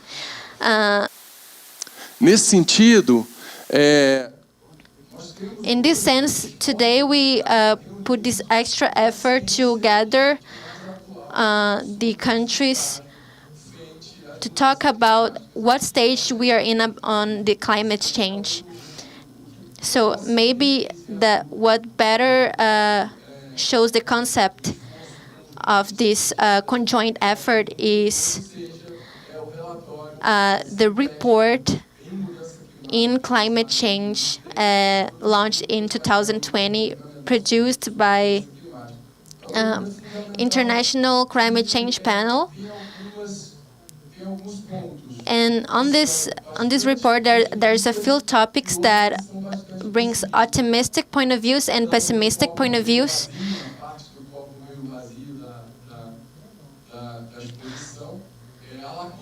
So it's alarming the degree on how the world is going to be affected by climate change. We are very under the necessary efforts to mitigate this issue, and we are already are 1 degree above from what we were before, and it's already leading to consequences,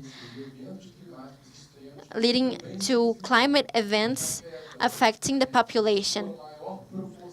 and the proportion of these events are every time bigger.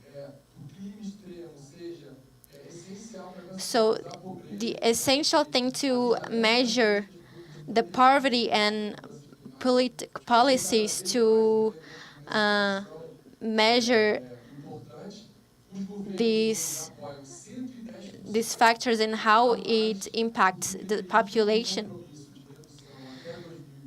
There is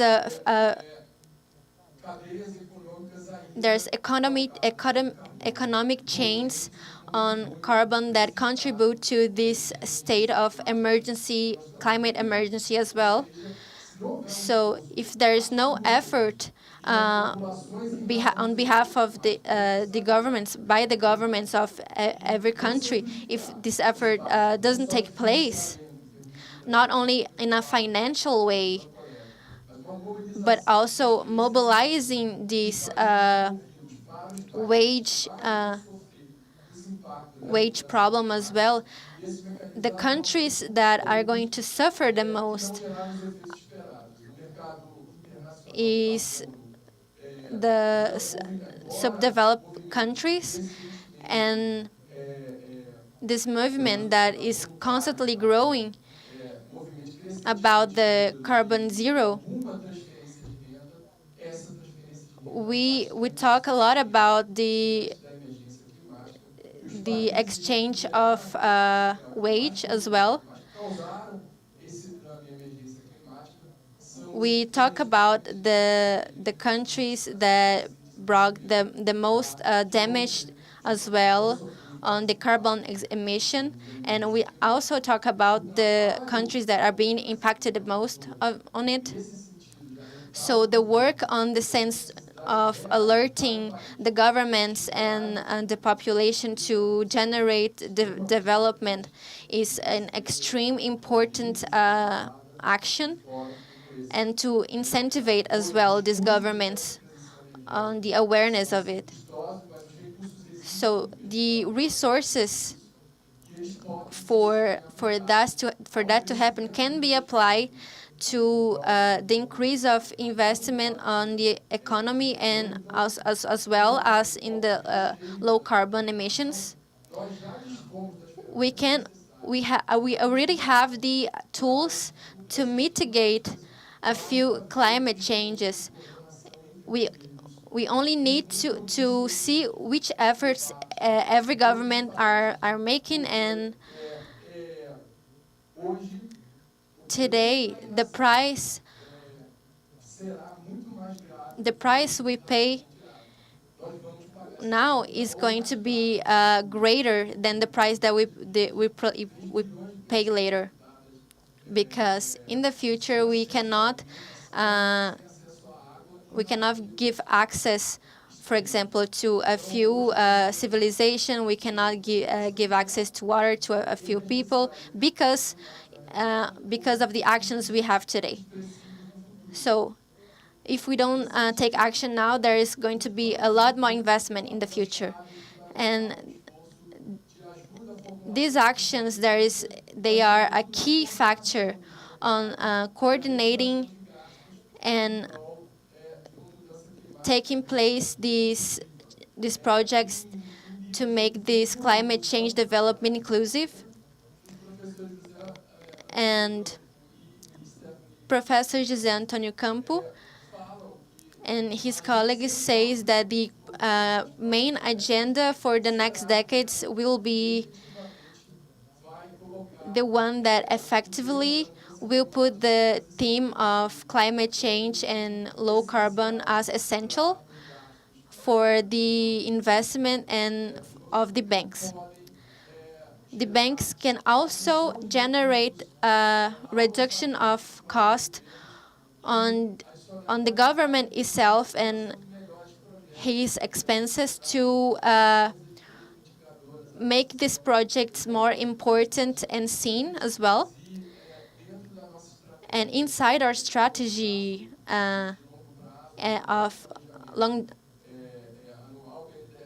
inside the strategy that we have for the next years, we have the national banks as well to to accommodate this issue and sensibilizing them about the matter. Today we have the commitment to today we have the commitment between international agreement in a sense of the emissions of each country and mitigation of the effects of the climate emergencies. So in this sense, the increasing investment for these initiatives in a matter of inflation in 2022, it's there's $394 billion invested on this agenda and related to low carbon emissions. And in European Green Deal Bank, there is 350 billions invested on the agenda to create an economy of low carbon. And what catches the attention between these two is to highlight which countries will need the most of these investments.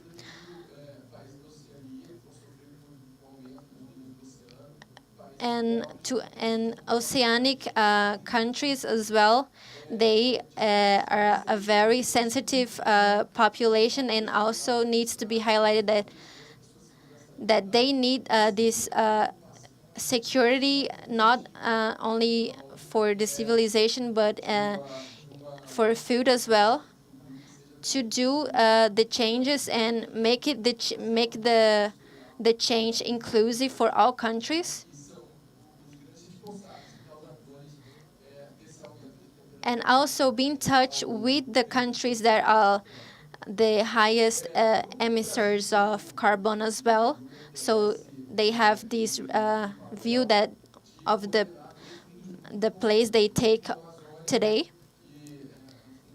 So there's a new fund, this is the Amazon Fund, that absorbed a good portion of donations. And is a new initiative that was launched last year and approved by the Congress. And it was also created a new fund to the climate as well, together with the Amazon Fund. And it was gathered nearly 2 million reais to fight the climate change. And this is an experiment. We're doing experiment rounds on testing and evaluating projects to mitigate this climate change, and also to lower our carbon emissions as well with this project. And Amazon Fund that have the main goal as to preserve the Amazon forests as well, in compromising to preserve not only the forests but the animals. And it was gathered over 2 million reais as well for that project to preserve the Amazonic biome as well. So BNDES today is the #1 in terms of funds and investment for climate change. And Brazil today, there is a energetic matrix that is already surpassed other countries' matrix. So since 2023, BNDES approved $22 million to renovate energy and change the fossil energy, and to implement as well solar energy.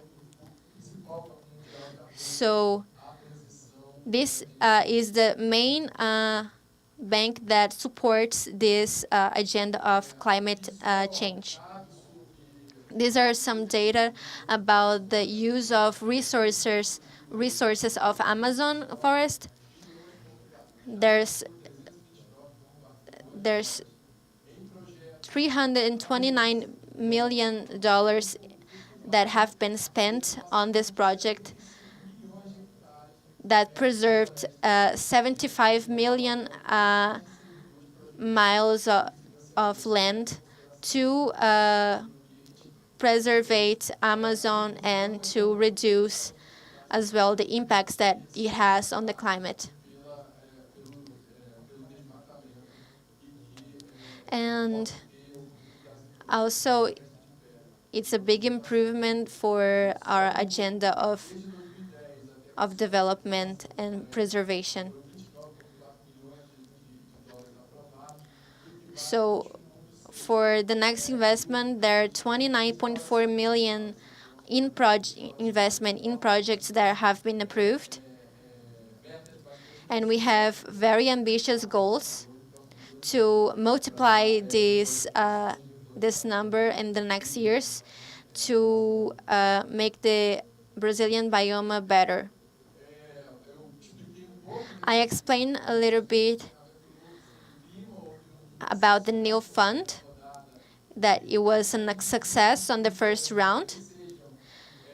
And this is a path for the developed countries to have more resources and a reference as well that of the kind of investment is already being gathered for this agenda. So for the last part, that is very important as well, is the transparency and a good diagnosed and good data. If we don't have good investments and measurements to have a better decision making, we elected last year in Brazil in conjoint with the participation of the accountant department in Brazil, that we can't achieve anything without diagnostics, without data transparency, without data between investment. I can share with you by experience is the accountant trial of Brazil have an effective action and took an effective place related to the BNDES sharing data. So all of our contracts are in the internet. All of the editors is public for the people to see. And what makes the most difference for the government here is the transparency on this matter by the government and by the people that are approaching this issue, and how they shared the findings and data. Thank you very much, Dr. Walter Bayer. And in fact, Brazilian Development Bank is a very important stakeholder in Brazil to finance and to improve the investments in climate change initiatives, poverty, and other initiatives. As you give an alert from Supreme Audit Institutions, we have an example that we are assessing the initiatives on climate change and cooperating with the initiative of Climate Scanner that many of you are involved in these initiatives. That we want to have a global diagnosis to show how countries institutionalize for improve adaptation measures to invest, to finance, and how they finance adaptation measures, and how is the governance in each country. It's very good because you can build a global language, global voice, and to help all the countries to improve and strengthen the initiatives to reduce the very hard effects of climate change. By now, we'll start to the questions from the audience, but first I would like to again ask for a big applause for our specialists.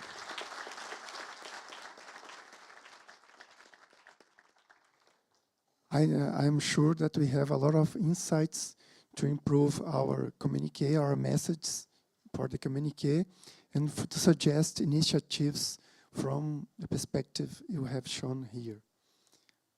I will start the question with Dr. Let me see here. Dr. Sandra Guzman. Dr. Sandra Guzman highlighted the discrepancy between investments in climate actions and carbon-intensive activities. Is this difference due to the lack of political will? How can we reverse this gap in investments? Well, first of all, thank you so much for the question. It's a very important one. I would say that there are several elements that play a role in the decision-making. I would say that definitely political will is a very important one. Like if you have a president that cares about climate change, therefore the institutions will evolve with it. And I have to say that it's the example, I'm from Mexico, I have been seeing the changes in the political leadership and therefore the changes in the climate policy. So there is a correlation that exists among these. The second element is really the role, for instance, that fossil fuels play in our economies. As I was saying, many of our economies rely a lot on fossil fuels to generate revenue. So therefore, the institutions are in a way pushed to continue investing, and it's a vicious cycle, let's call it. So when we have these situations, it's very, very important to diversify the economy. We know, and we have been talking about climate change for the last 30 years. It's not a new issue. And what we have been saying is that, okay, we're not gonna just shut the oil power like, okay, from today to tomorrow. But we have been talking about energy transition for the last plus 20 years. It's not something new. And why is not happening? Because there is a very, very powerful interest in the fossil fuel industry. Now we are talking about the role of gas as a transition mechanism, as a transition source, but gas is also a fossil fuel, and if we do not transit really towards the alternative, it's gonna be extremely difficult. So I think it's a parallel process, okay? We will create like institutions and capacities to reduce the consumption of fossil fuels, but at the same time, we have to invest in renewable energy and in not only, we are here not only talking about the reduction of emissions. For all our countries, it's a matter of survival. We have to talk more about adaptation finance. 80% of the climate finance in the world, it goes to mitigation. But most of our countries have to adapt as well. Less than 10% goes to adaptation. So that's why, yeah, it is a matter of political will, 100%. Also, it's a thing about capacity, and I have the definition and the redefinition of priorities across different institutions. And I would like to emphasize many, many times that climate change is not only an environmental issue. Just to, for instance, the element that the colleagues presented about poverty, unfortunately, I don't see environmental elements, but I have to say that non-access to no water in quality and quantity is also a problem that increases poverty. Bad air quality also increases poverty. No access or protection of biodiversity, non-natural resources is also a problem that increases poverty. So environmental issues, climate issues also increases poverty. And if we do not internalize that, it's going to be very, very difficult to make policies that are cross-cutting effective. Yeah, thank you. Thank you very much, Dr. Sandra. The next question, let me see if I can do both. Is for Dr. José Nabor and Dr. Alida. How can climate financing can enhance the resilience of the most vulnerable parts of the population? I will, 2 questions for you. That's another one. Could you explain the process of data collection to generate the multidimensional indicators? Please.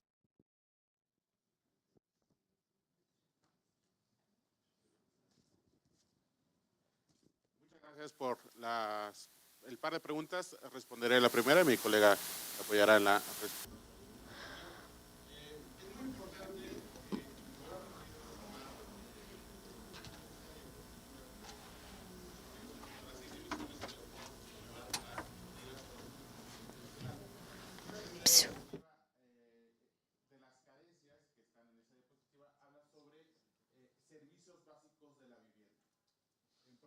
Para 2022, casi un 18% de la población del país, de México, tiene esta carencia. Cuando las agregamos, hay 4 componentes: acceso a electricidad, acceso a drenaje, acceso a agua potable y si las personas al cocinar sus alimentos utilizan water that these people uses to cook. So when we analyze this theme with the minister, we saw a reach of 95% of its population that was reporting not having drinkable water on their houses, but when we asked if they received daily the drinkable water, the indicator shows that only half of the population receive drinkable water every day. So that percentage of the people that doesn't have the gas to cook their meals have to use other resources such as fire and wood to cook. So half of this population habitates the rural zone of the country. So these characteristics are very important to visualize how this climate changes affects these populations. And one of the cities that we can see these examples taking place is the cities that are the touristic ones. And clearly, after this high degree of changes, it increased the effects of the poverty on the population. And of course, there is a relation between the natural disasters as well and the climate change. But that also took the population in a higher vulnerable state, and they are now very exposed. And with these indicators, we can see how this climate change are affecting this population.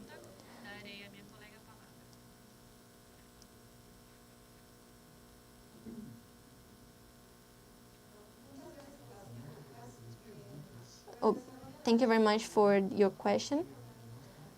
The development of the methodology is very important. The methodology that we have today in Mexico is, for the first matter, is to do the consult with specialists on the field to have a methodology, multi-dimensional methodology to meet this permanent agenda and to measure the poverty as well, because this is a process that is in constant change, and because of that we are always in case of the Mexico, for example, we are always creating reforms on how to see and recreate living states in a way that they have dignity, because previous projects were being met in a way that it wasn't satisfactory. So also how to operate and have a reliable source of data that we can reflect on the normatives and reflect with the council of our country to meet the social rights of these people and have the diagnosis of these issues, to measure as well as the rights of these people and measure Thank you so much, everything Dr. in a way Rodriguez. that we met this agenda in a Next more question sensitive for and reliable Dr. way. Joissa Dutra.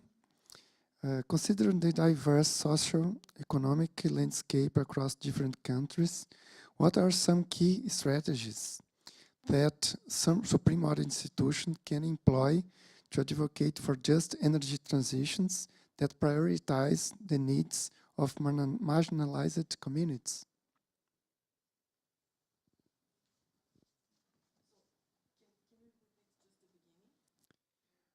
Considering the diverse socio-economic landscape across different countries, what are some key strategies that Supreme Audit institutions can employ to advocate just equitable energy transitions that prioritize the needs of marginalized communities?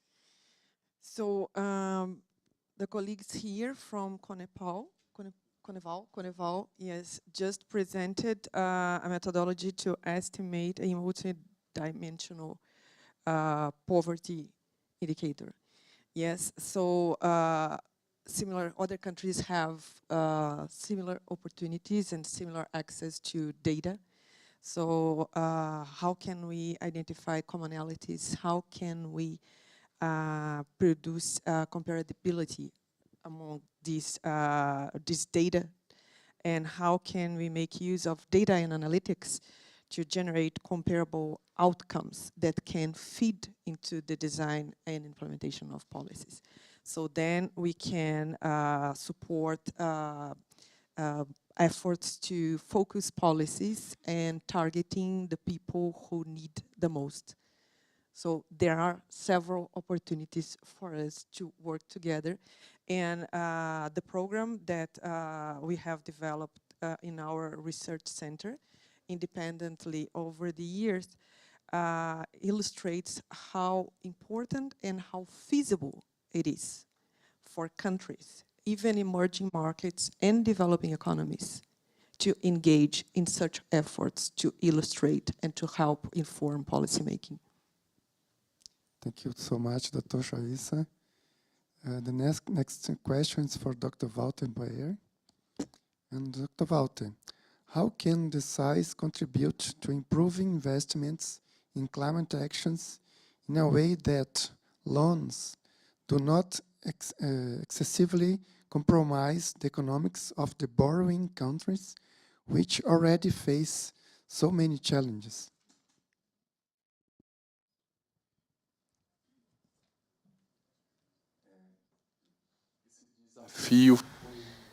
So, Né, pela minha antecessora, que efetivamente alertou boa parte do funding sobre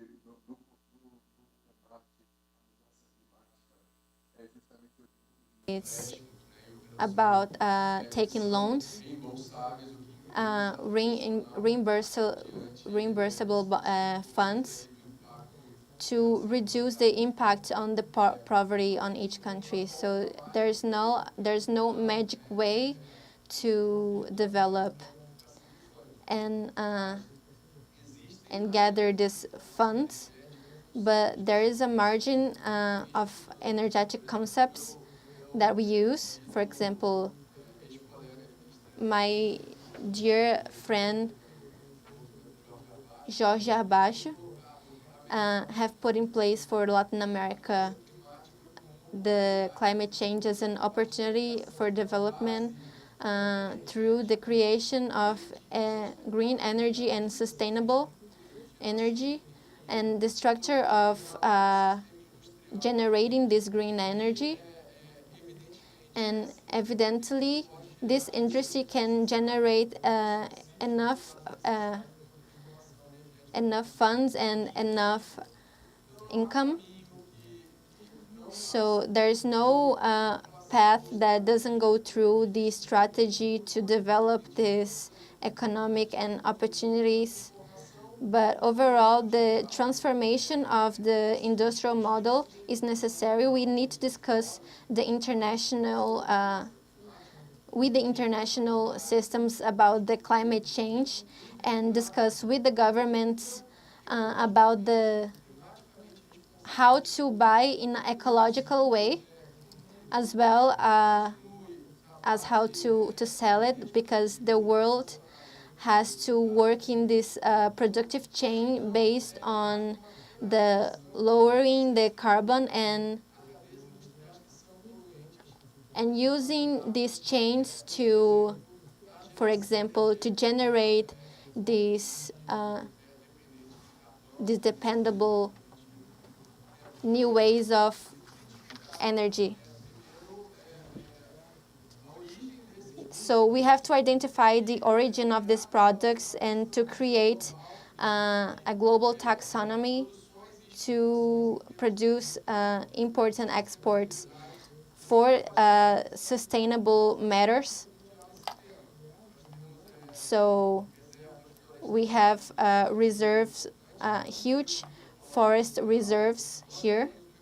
We have an economy that is strongly based on agriculture, and this agriculture needs to be every day more green, non-pollutant, and as well as transform these chains to green energy. So for our internal politics, there is no supply chain related to energy based in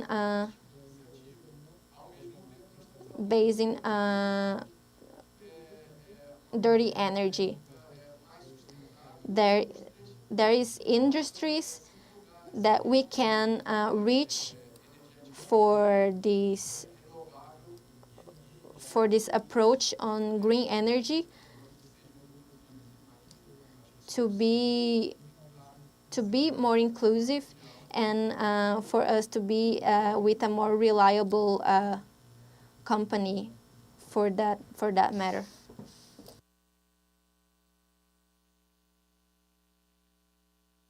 Hi. Okay, thank you. Thank you so much, Dr. Walter Bayer. And now I'd like to thank you, all the participants, for the questions you have sent to the specialists. A lot of questions. I tried to consolidate some of them, and we are advanced on time. I will ask you to answer for a last question, for the same for all, and you spend no more than 2 minutes, because after you have the another speech. And so, for the other questions that we didn't have time to answer now, some specialists will be here during the meeting, but the topics will be discussed and we can use to improve our discussions during these 2 days here. For all, from your perspective, what contributions can SAIs, Supreme Audit Institutions, make to enhance sustainable development? I will ask you to consider the topics on the table here: poverty, hunger, climate change, climate crisis, energy transition, equitable, environmental. Please, I will start with Dr. Sandra. First, thank you so much for the question, because I really wanted to say something about this. Please allow me to say that I do believe that you all play a major role in the climate fight. For many years at civil society and many other actors, we have been saying what is missing, all the gaps, but coming from you, I think the discussion is going to be very different. Because as we were saying, you rely on data, you relied on technical matters, and there are 3 areas where I truly believe that you can make a massive impact. The first one, obviously, we are talking about transparency, right? Countries do not have systems to measure, report, and verify information such as climate finance. I'm telling you, they do not have. There are systems internationally, such as the OECD, but at the national level, there is no single country, developing country and developed country, that have proper system to measure not only international flows, but also domestic flows. That's an extremely important area, because as my colleagues were saying, if we cannot measure, if we cannot identify those gaps, we're never gonna solve the problem. First, transparency, measure, create these systems to really track. Second, the definitions. As we were saying, for instance, there is no one definition of climate finance. But you, based on technicalities, on mechanisms, for instance, the proposal, why not develop a taxonomy related to these elements? And I do believe that Climate Scanner is a great opportunity to start providing those definitions from you, and you can contribute with those definitions to the UNFCCC, the United Nations Framework on Climate Change, because at that level it's so political that we cannot even agree on a methodology. But you guys, from a technical perspective, based on data, you can actually provide or support, like in definition, taxonomies, and I think Climate Scanner is a major opportunity. And the last one, I think, is related to the accountability in terms of information. If you provide like recommendations to disaggregate more data, to publish this data, to make it more open to the public, I think it's an opportunity to really transfer and change decisions. Because as I was saying, it's not only to say, okay, now we are investing more in climate finance, in climate change, in tackling climate change, but it's how we are going to start changing the incentives, creating better incentives for instance, why not reduce if there is a project to invest in renewable energy, why not create loans that are more accessible with better tasas of return? Forget to say how to say tasas.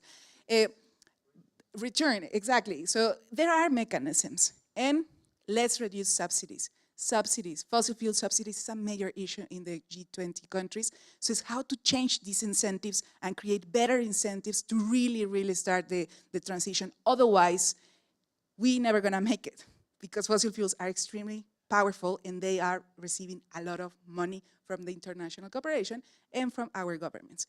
If we continue that trend, we never, never, never, never gonna deal with climate change. Thank you. Em português. Falamos aqui, if we cannot measure, we cannot audit. Mas nós mostramos aqui que nós podemos medir.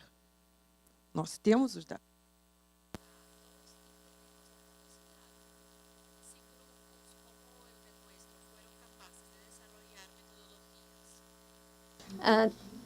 Technologies and talk about them here. What happens is that many times the government, press, and the public views, and because of the social medias, they search for a fast answer. And in this sense, I believe that superior audit can develop a sustainable and more efficient policies to make this transition.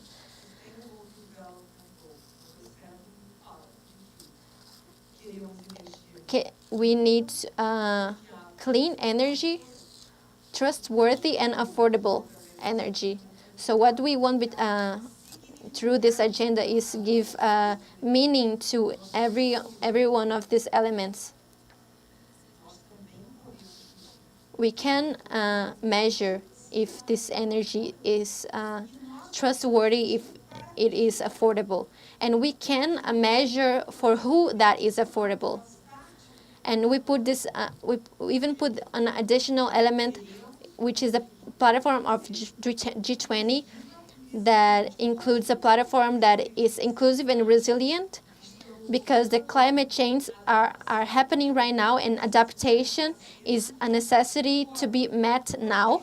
So you can see, mainly focusing on emerging countries and developing countries, how can we define which are the investments in resilience when we have access gaps that, for example, half of the Mexico civilization don't have access to water, drinkable water. So we can see that half of the population don't have access to basic human needs. So we need to meet these challenges where these people are doing investments that allow these people to access infrastructure to develop and grow, to meet this challenge every day. So these actions need to be made, but need to be audited, and also take responsibility on what they spent. But need to do the accountability when they are already doing the expanding on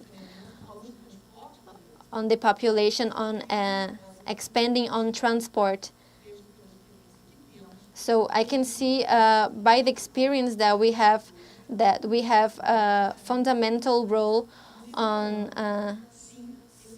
spreading the information about the development on each country, about the social aspect and speech.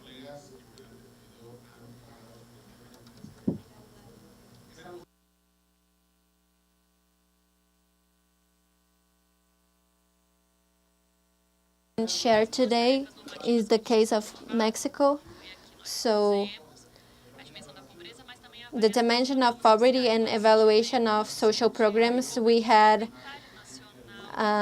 national inventory on the social aspect. In Mexico, there was a little bit over 10,000 to 250 interventions and programs and actions for the population.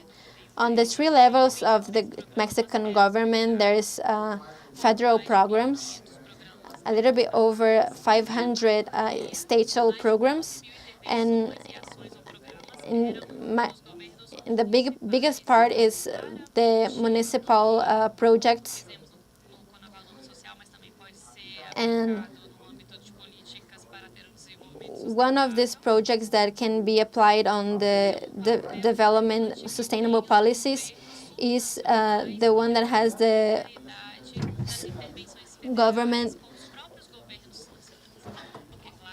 So, because clearly we have a scarcity of resources, and we have to strengthen the... Once again, what we did in Carnival and the state level, we can see the application of results as less application of evaluation methodology of impact of this intervention in the social environment. So this public policy in the context that can support the sustainable development, we have to incorporate these kind of indicators and the evaluation methodologies of the impact of the policies, the capacity implementation and the training of civil servants with the complements of government the national with the local government seems to me to allow important bases in the public policies, sustainable public policies in Latin American regions. Thank you to you all. We are talking of data, and behind those data, we have people that need public policy to get out of vulnerability, and the information that we presented regarding multidimensional poverty allow us, for one part, to see the improvement and in terms of social challenges, and also allowed us to count on evidences to have public policies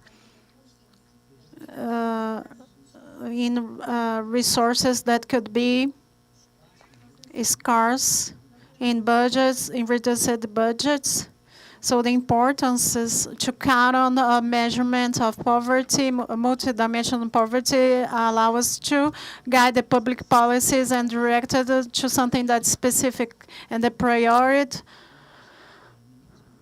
boys and girls are in a poverty situation, children. So with that data, we recognize where they live, the main needs that they have, the education, the feeding, the interests, the health. And then on the other hand, it allows us, the history teaches that if we do strategies regarding articulation of the different levels of government, there is a national mission fighting poverty that helped to reduce the hunger. If you see the graphic, we had important reductions. So currently in the social programs, and that health to in the income power and regarding social rights. So that allows us to measure as we have. We always have challenges and opportunities. Mexico, since the competence environment to have that information given to other countries regarding the goal 1 of the SCG 1, all the dimensions in a way that we had this culture of discrimination as distribution of these informations, the capability and the challenges counting on a source of information that can allow all the disseminated information to different groups of incorporation with more specificity to have support. In our case, one of the facts is to transcend from the minimal access to an effective access to the right, and not only to see the availability of order, but to see the quality of order.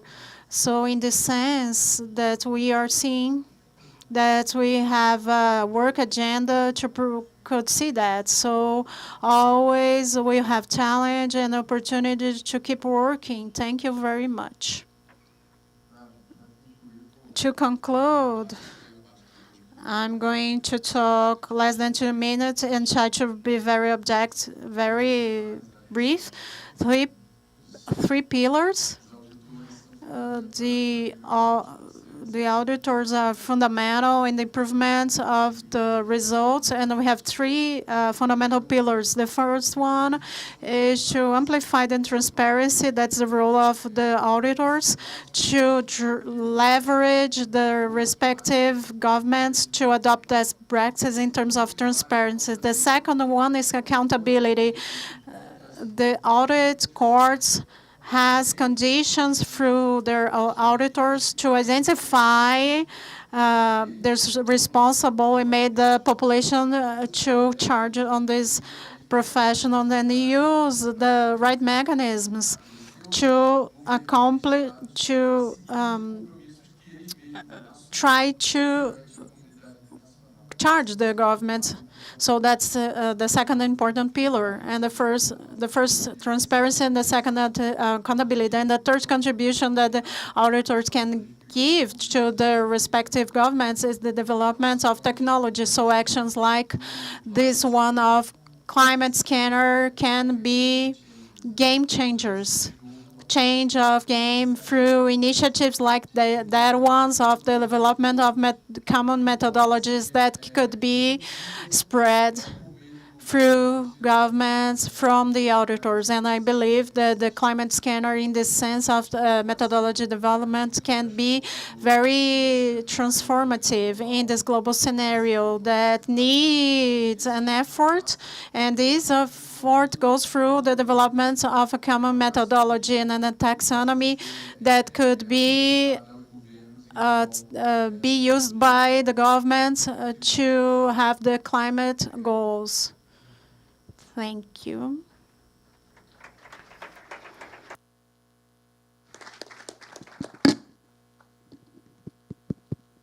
Sorry, it's working.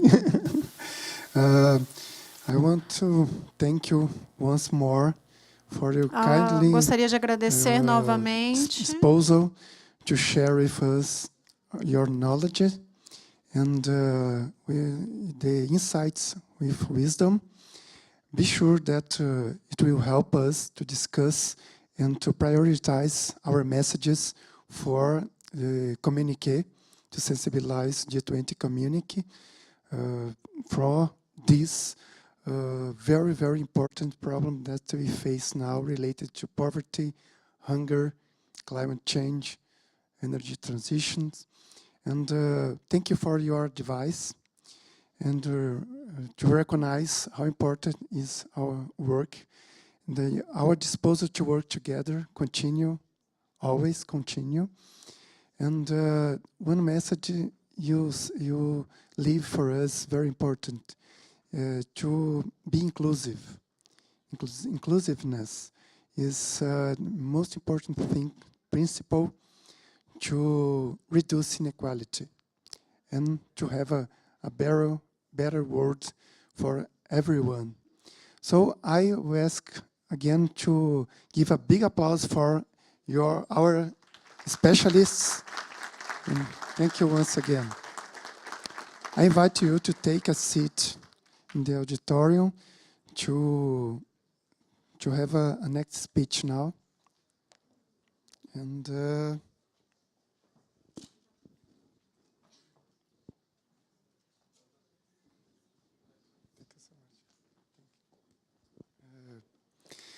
now I would like to invite the Minister Lilian Chagas from the Brazilian Foreign Minister to give a speech for us. Okay, thank you so much.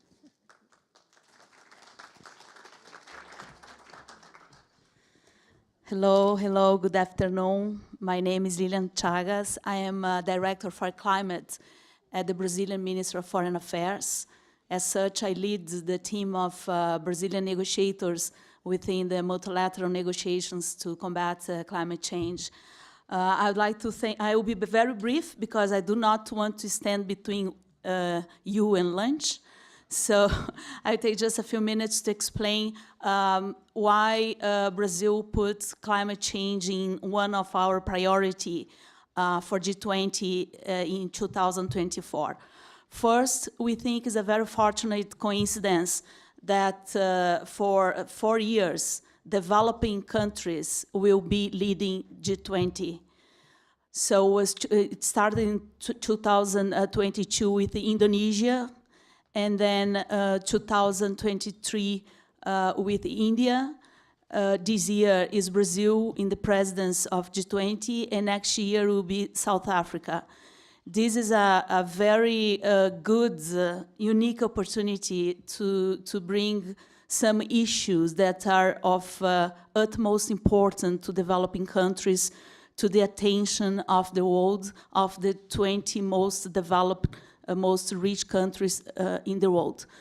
So the G20 in Brazil will have 3 main priorities, areas in which we wish, will intend, and will try hard to have some outcomes, important outcomes. One is the fight against hunger and poverty. The second one is the fight against climate change, especially to unlock the climate finance. And the third one, that was not mentioned up to now, is to reform the international financial institutions. So the three, they are interconnected, and we hope to by the end of the year, not only have in the communiqué, but have really transformative ideas that will bring national and international policies within these three areas.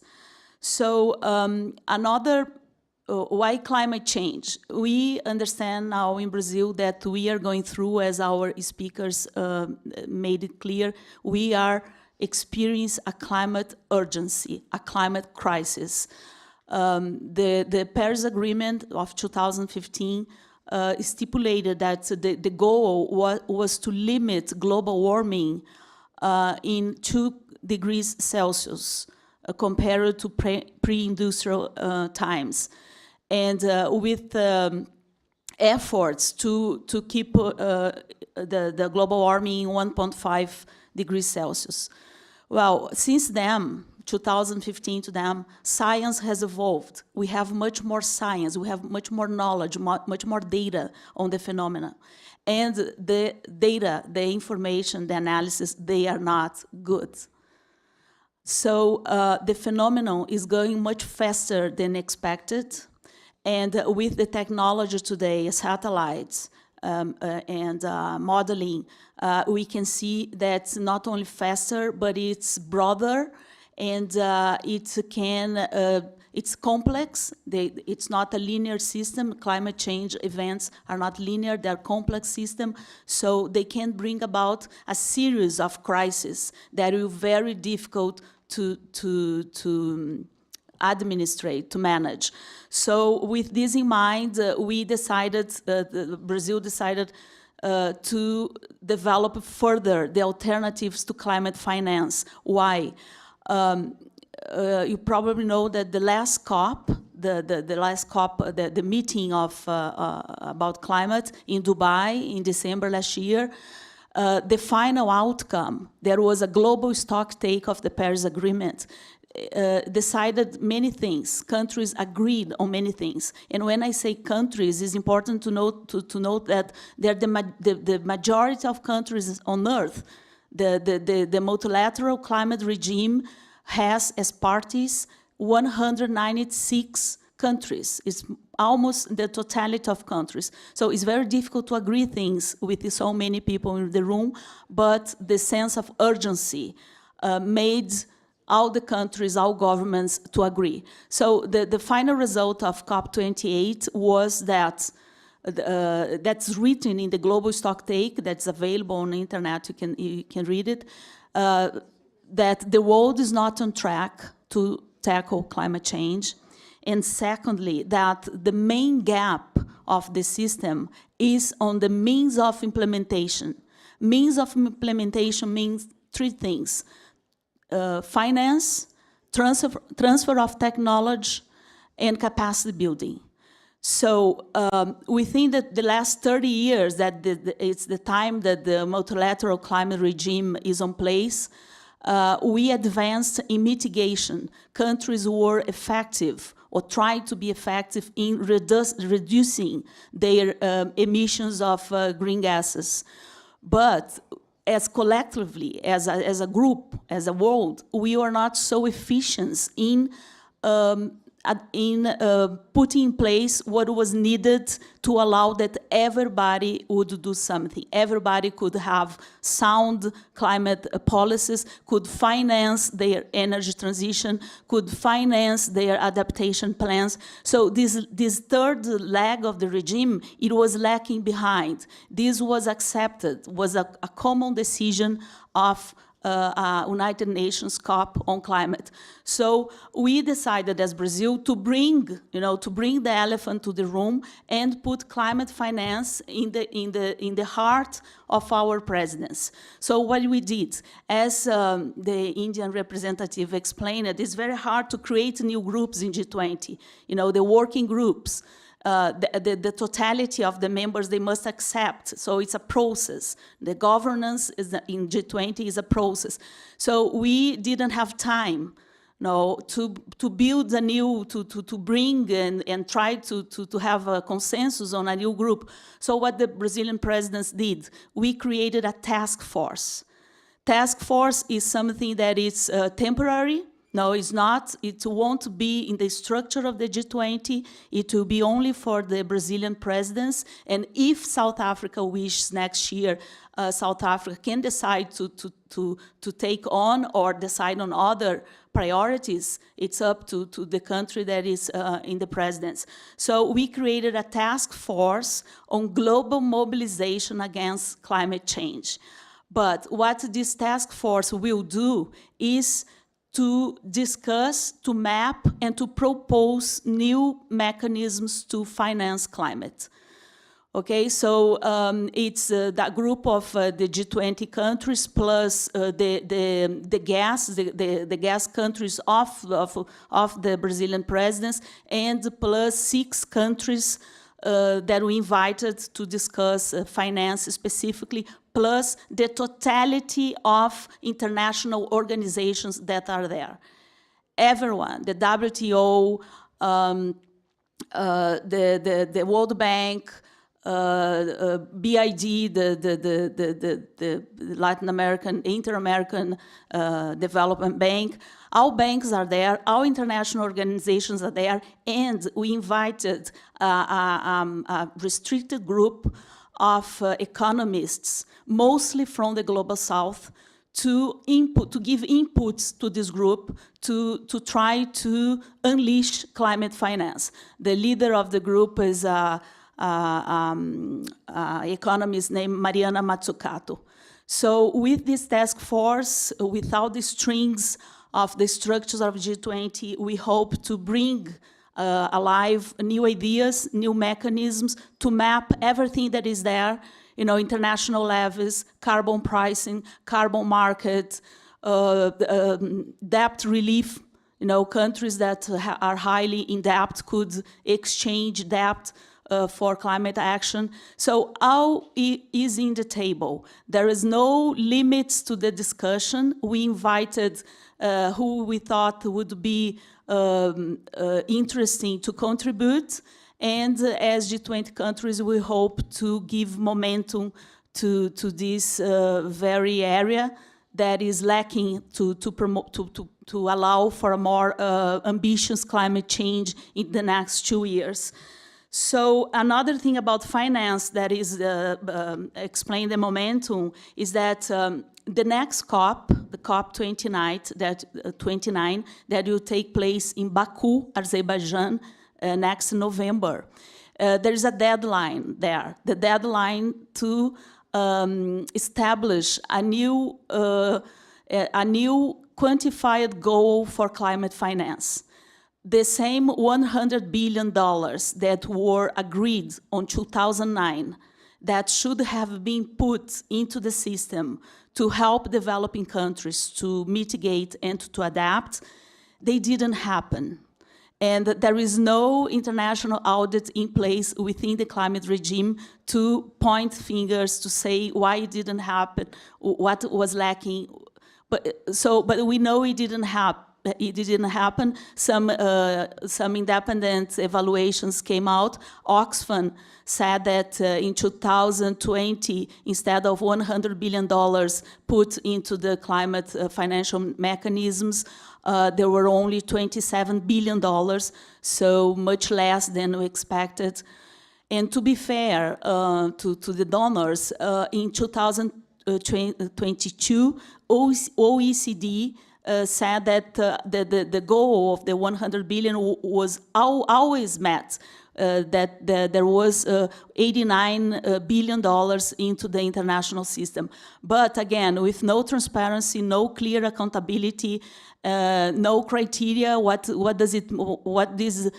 where and for what these $89 billion were employed. And very creative accountability, like supporting NGOs' participation in COPs. Would this be climate finance or not? Of course it's not, but it's counted as in the general accountability. So it's a very good idea that for this next goal that should be established in the end of this year, there is also new guidelines, new rules to specify what international climate finance means. So we will know where the money, the international money is going and what's the effect to societies. So that's more or less to explain that why we chose climate finance is in one of our priorities. We also decided on a second group that is an initiative on bioeconomy. That is something that's very important for many countries that have large populations in forest areas. They need more stimulus to have a better way of living out of their natural resources. So with this task force on climate finance and an initiative on bioeconomy, and also this special group on poverty and hunger, Brazil's hopes to bring light to these important areas and bring about more bold policies. So I would like to wish you a very productive and constructive meeting here in Brasilia. Hope TCU allows you to visit. This is a landmark of modernist architecture. There is a new city, 63 years old, and it's all planned and built by modernist Brazilian architects. And so hope you have some time to visit our modernist capital and enjoy your time here. Thank you very much.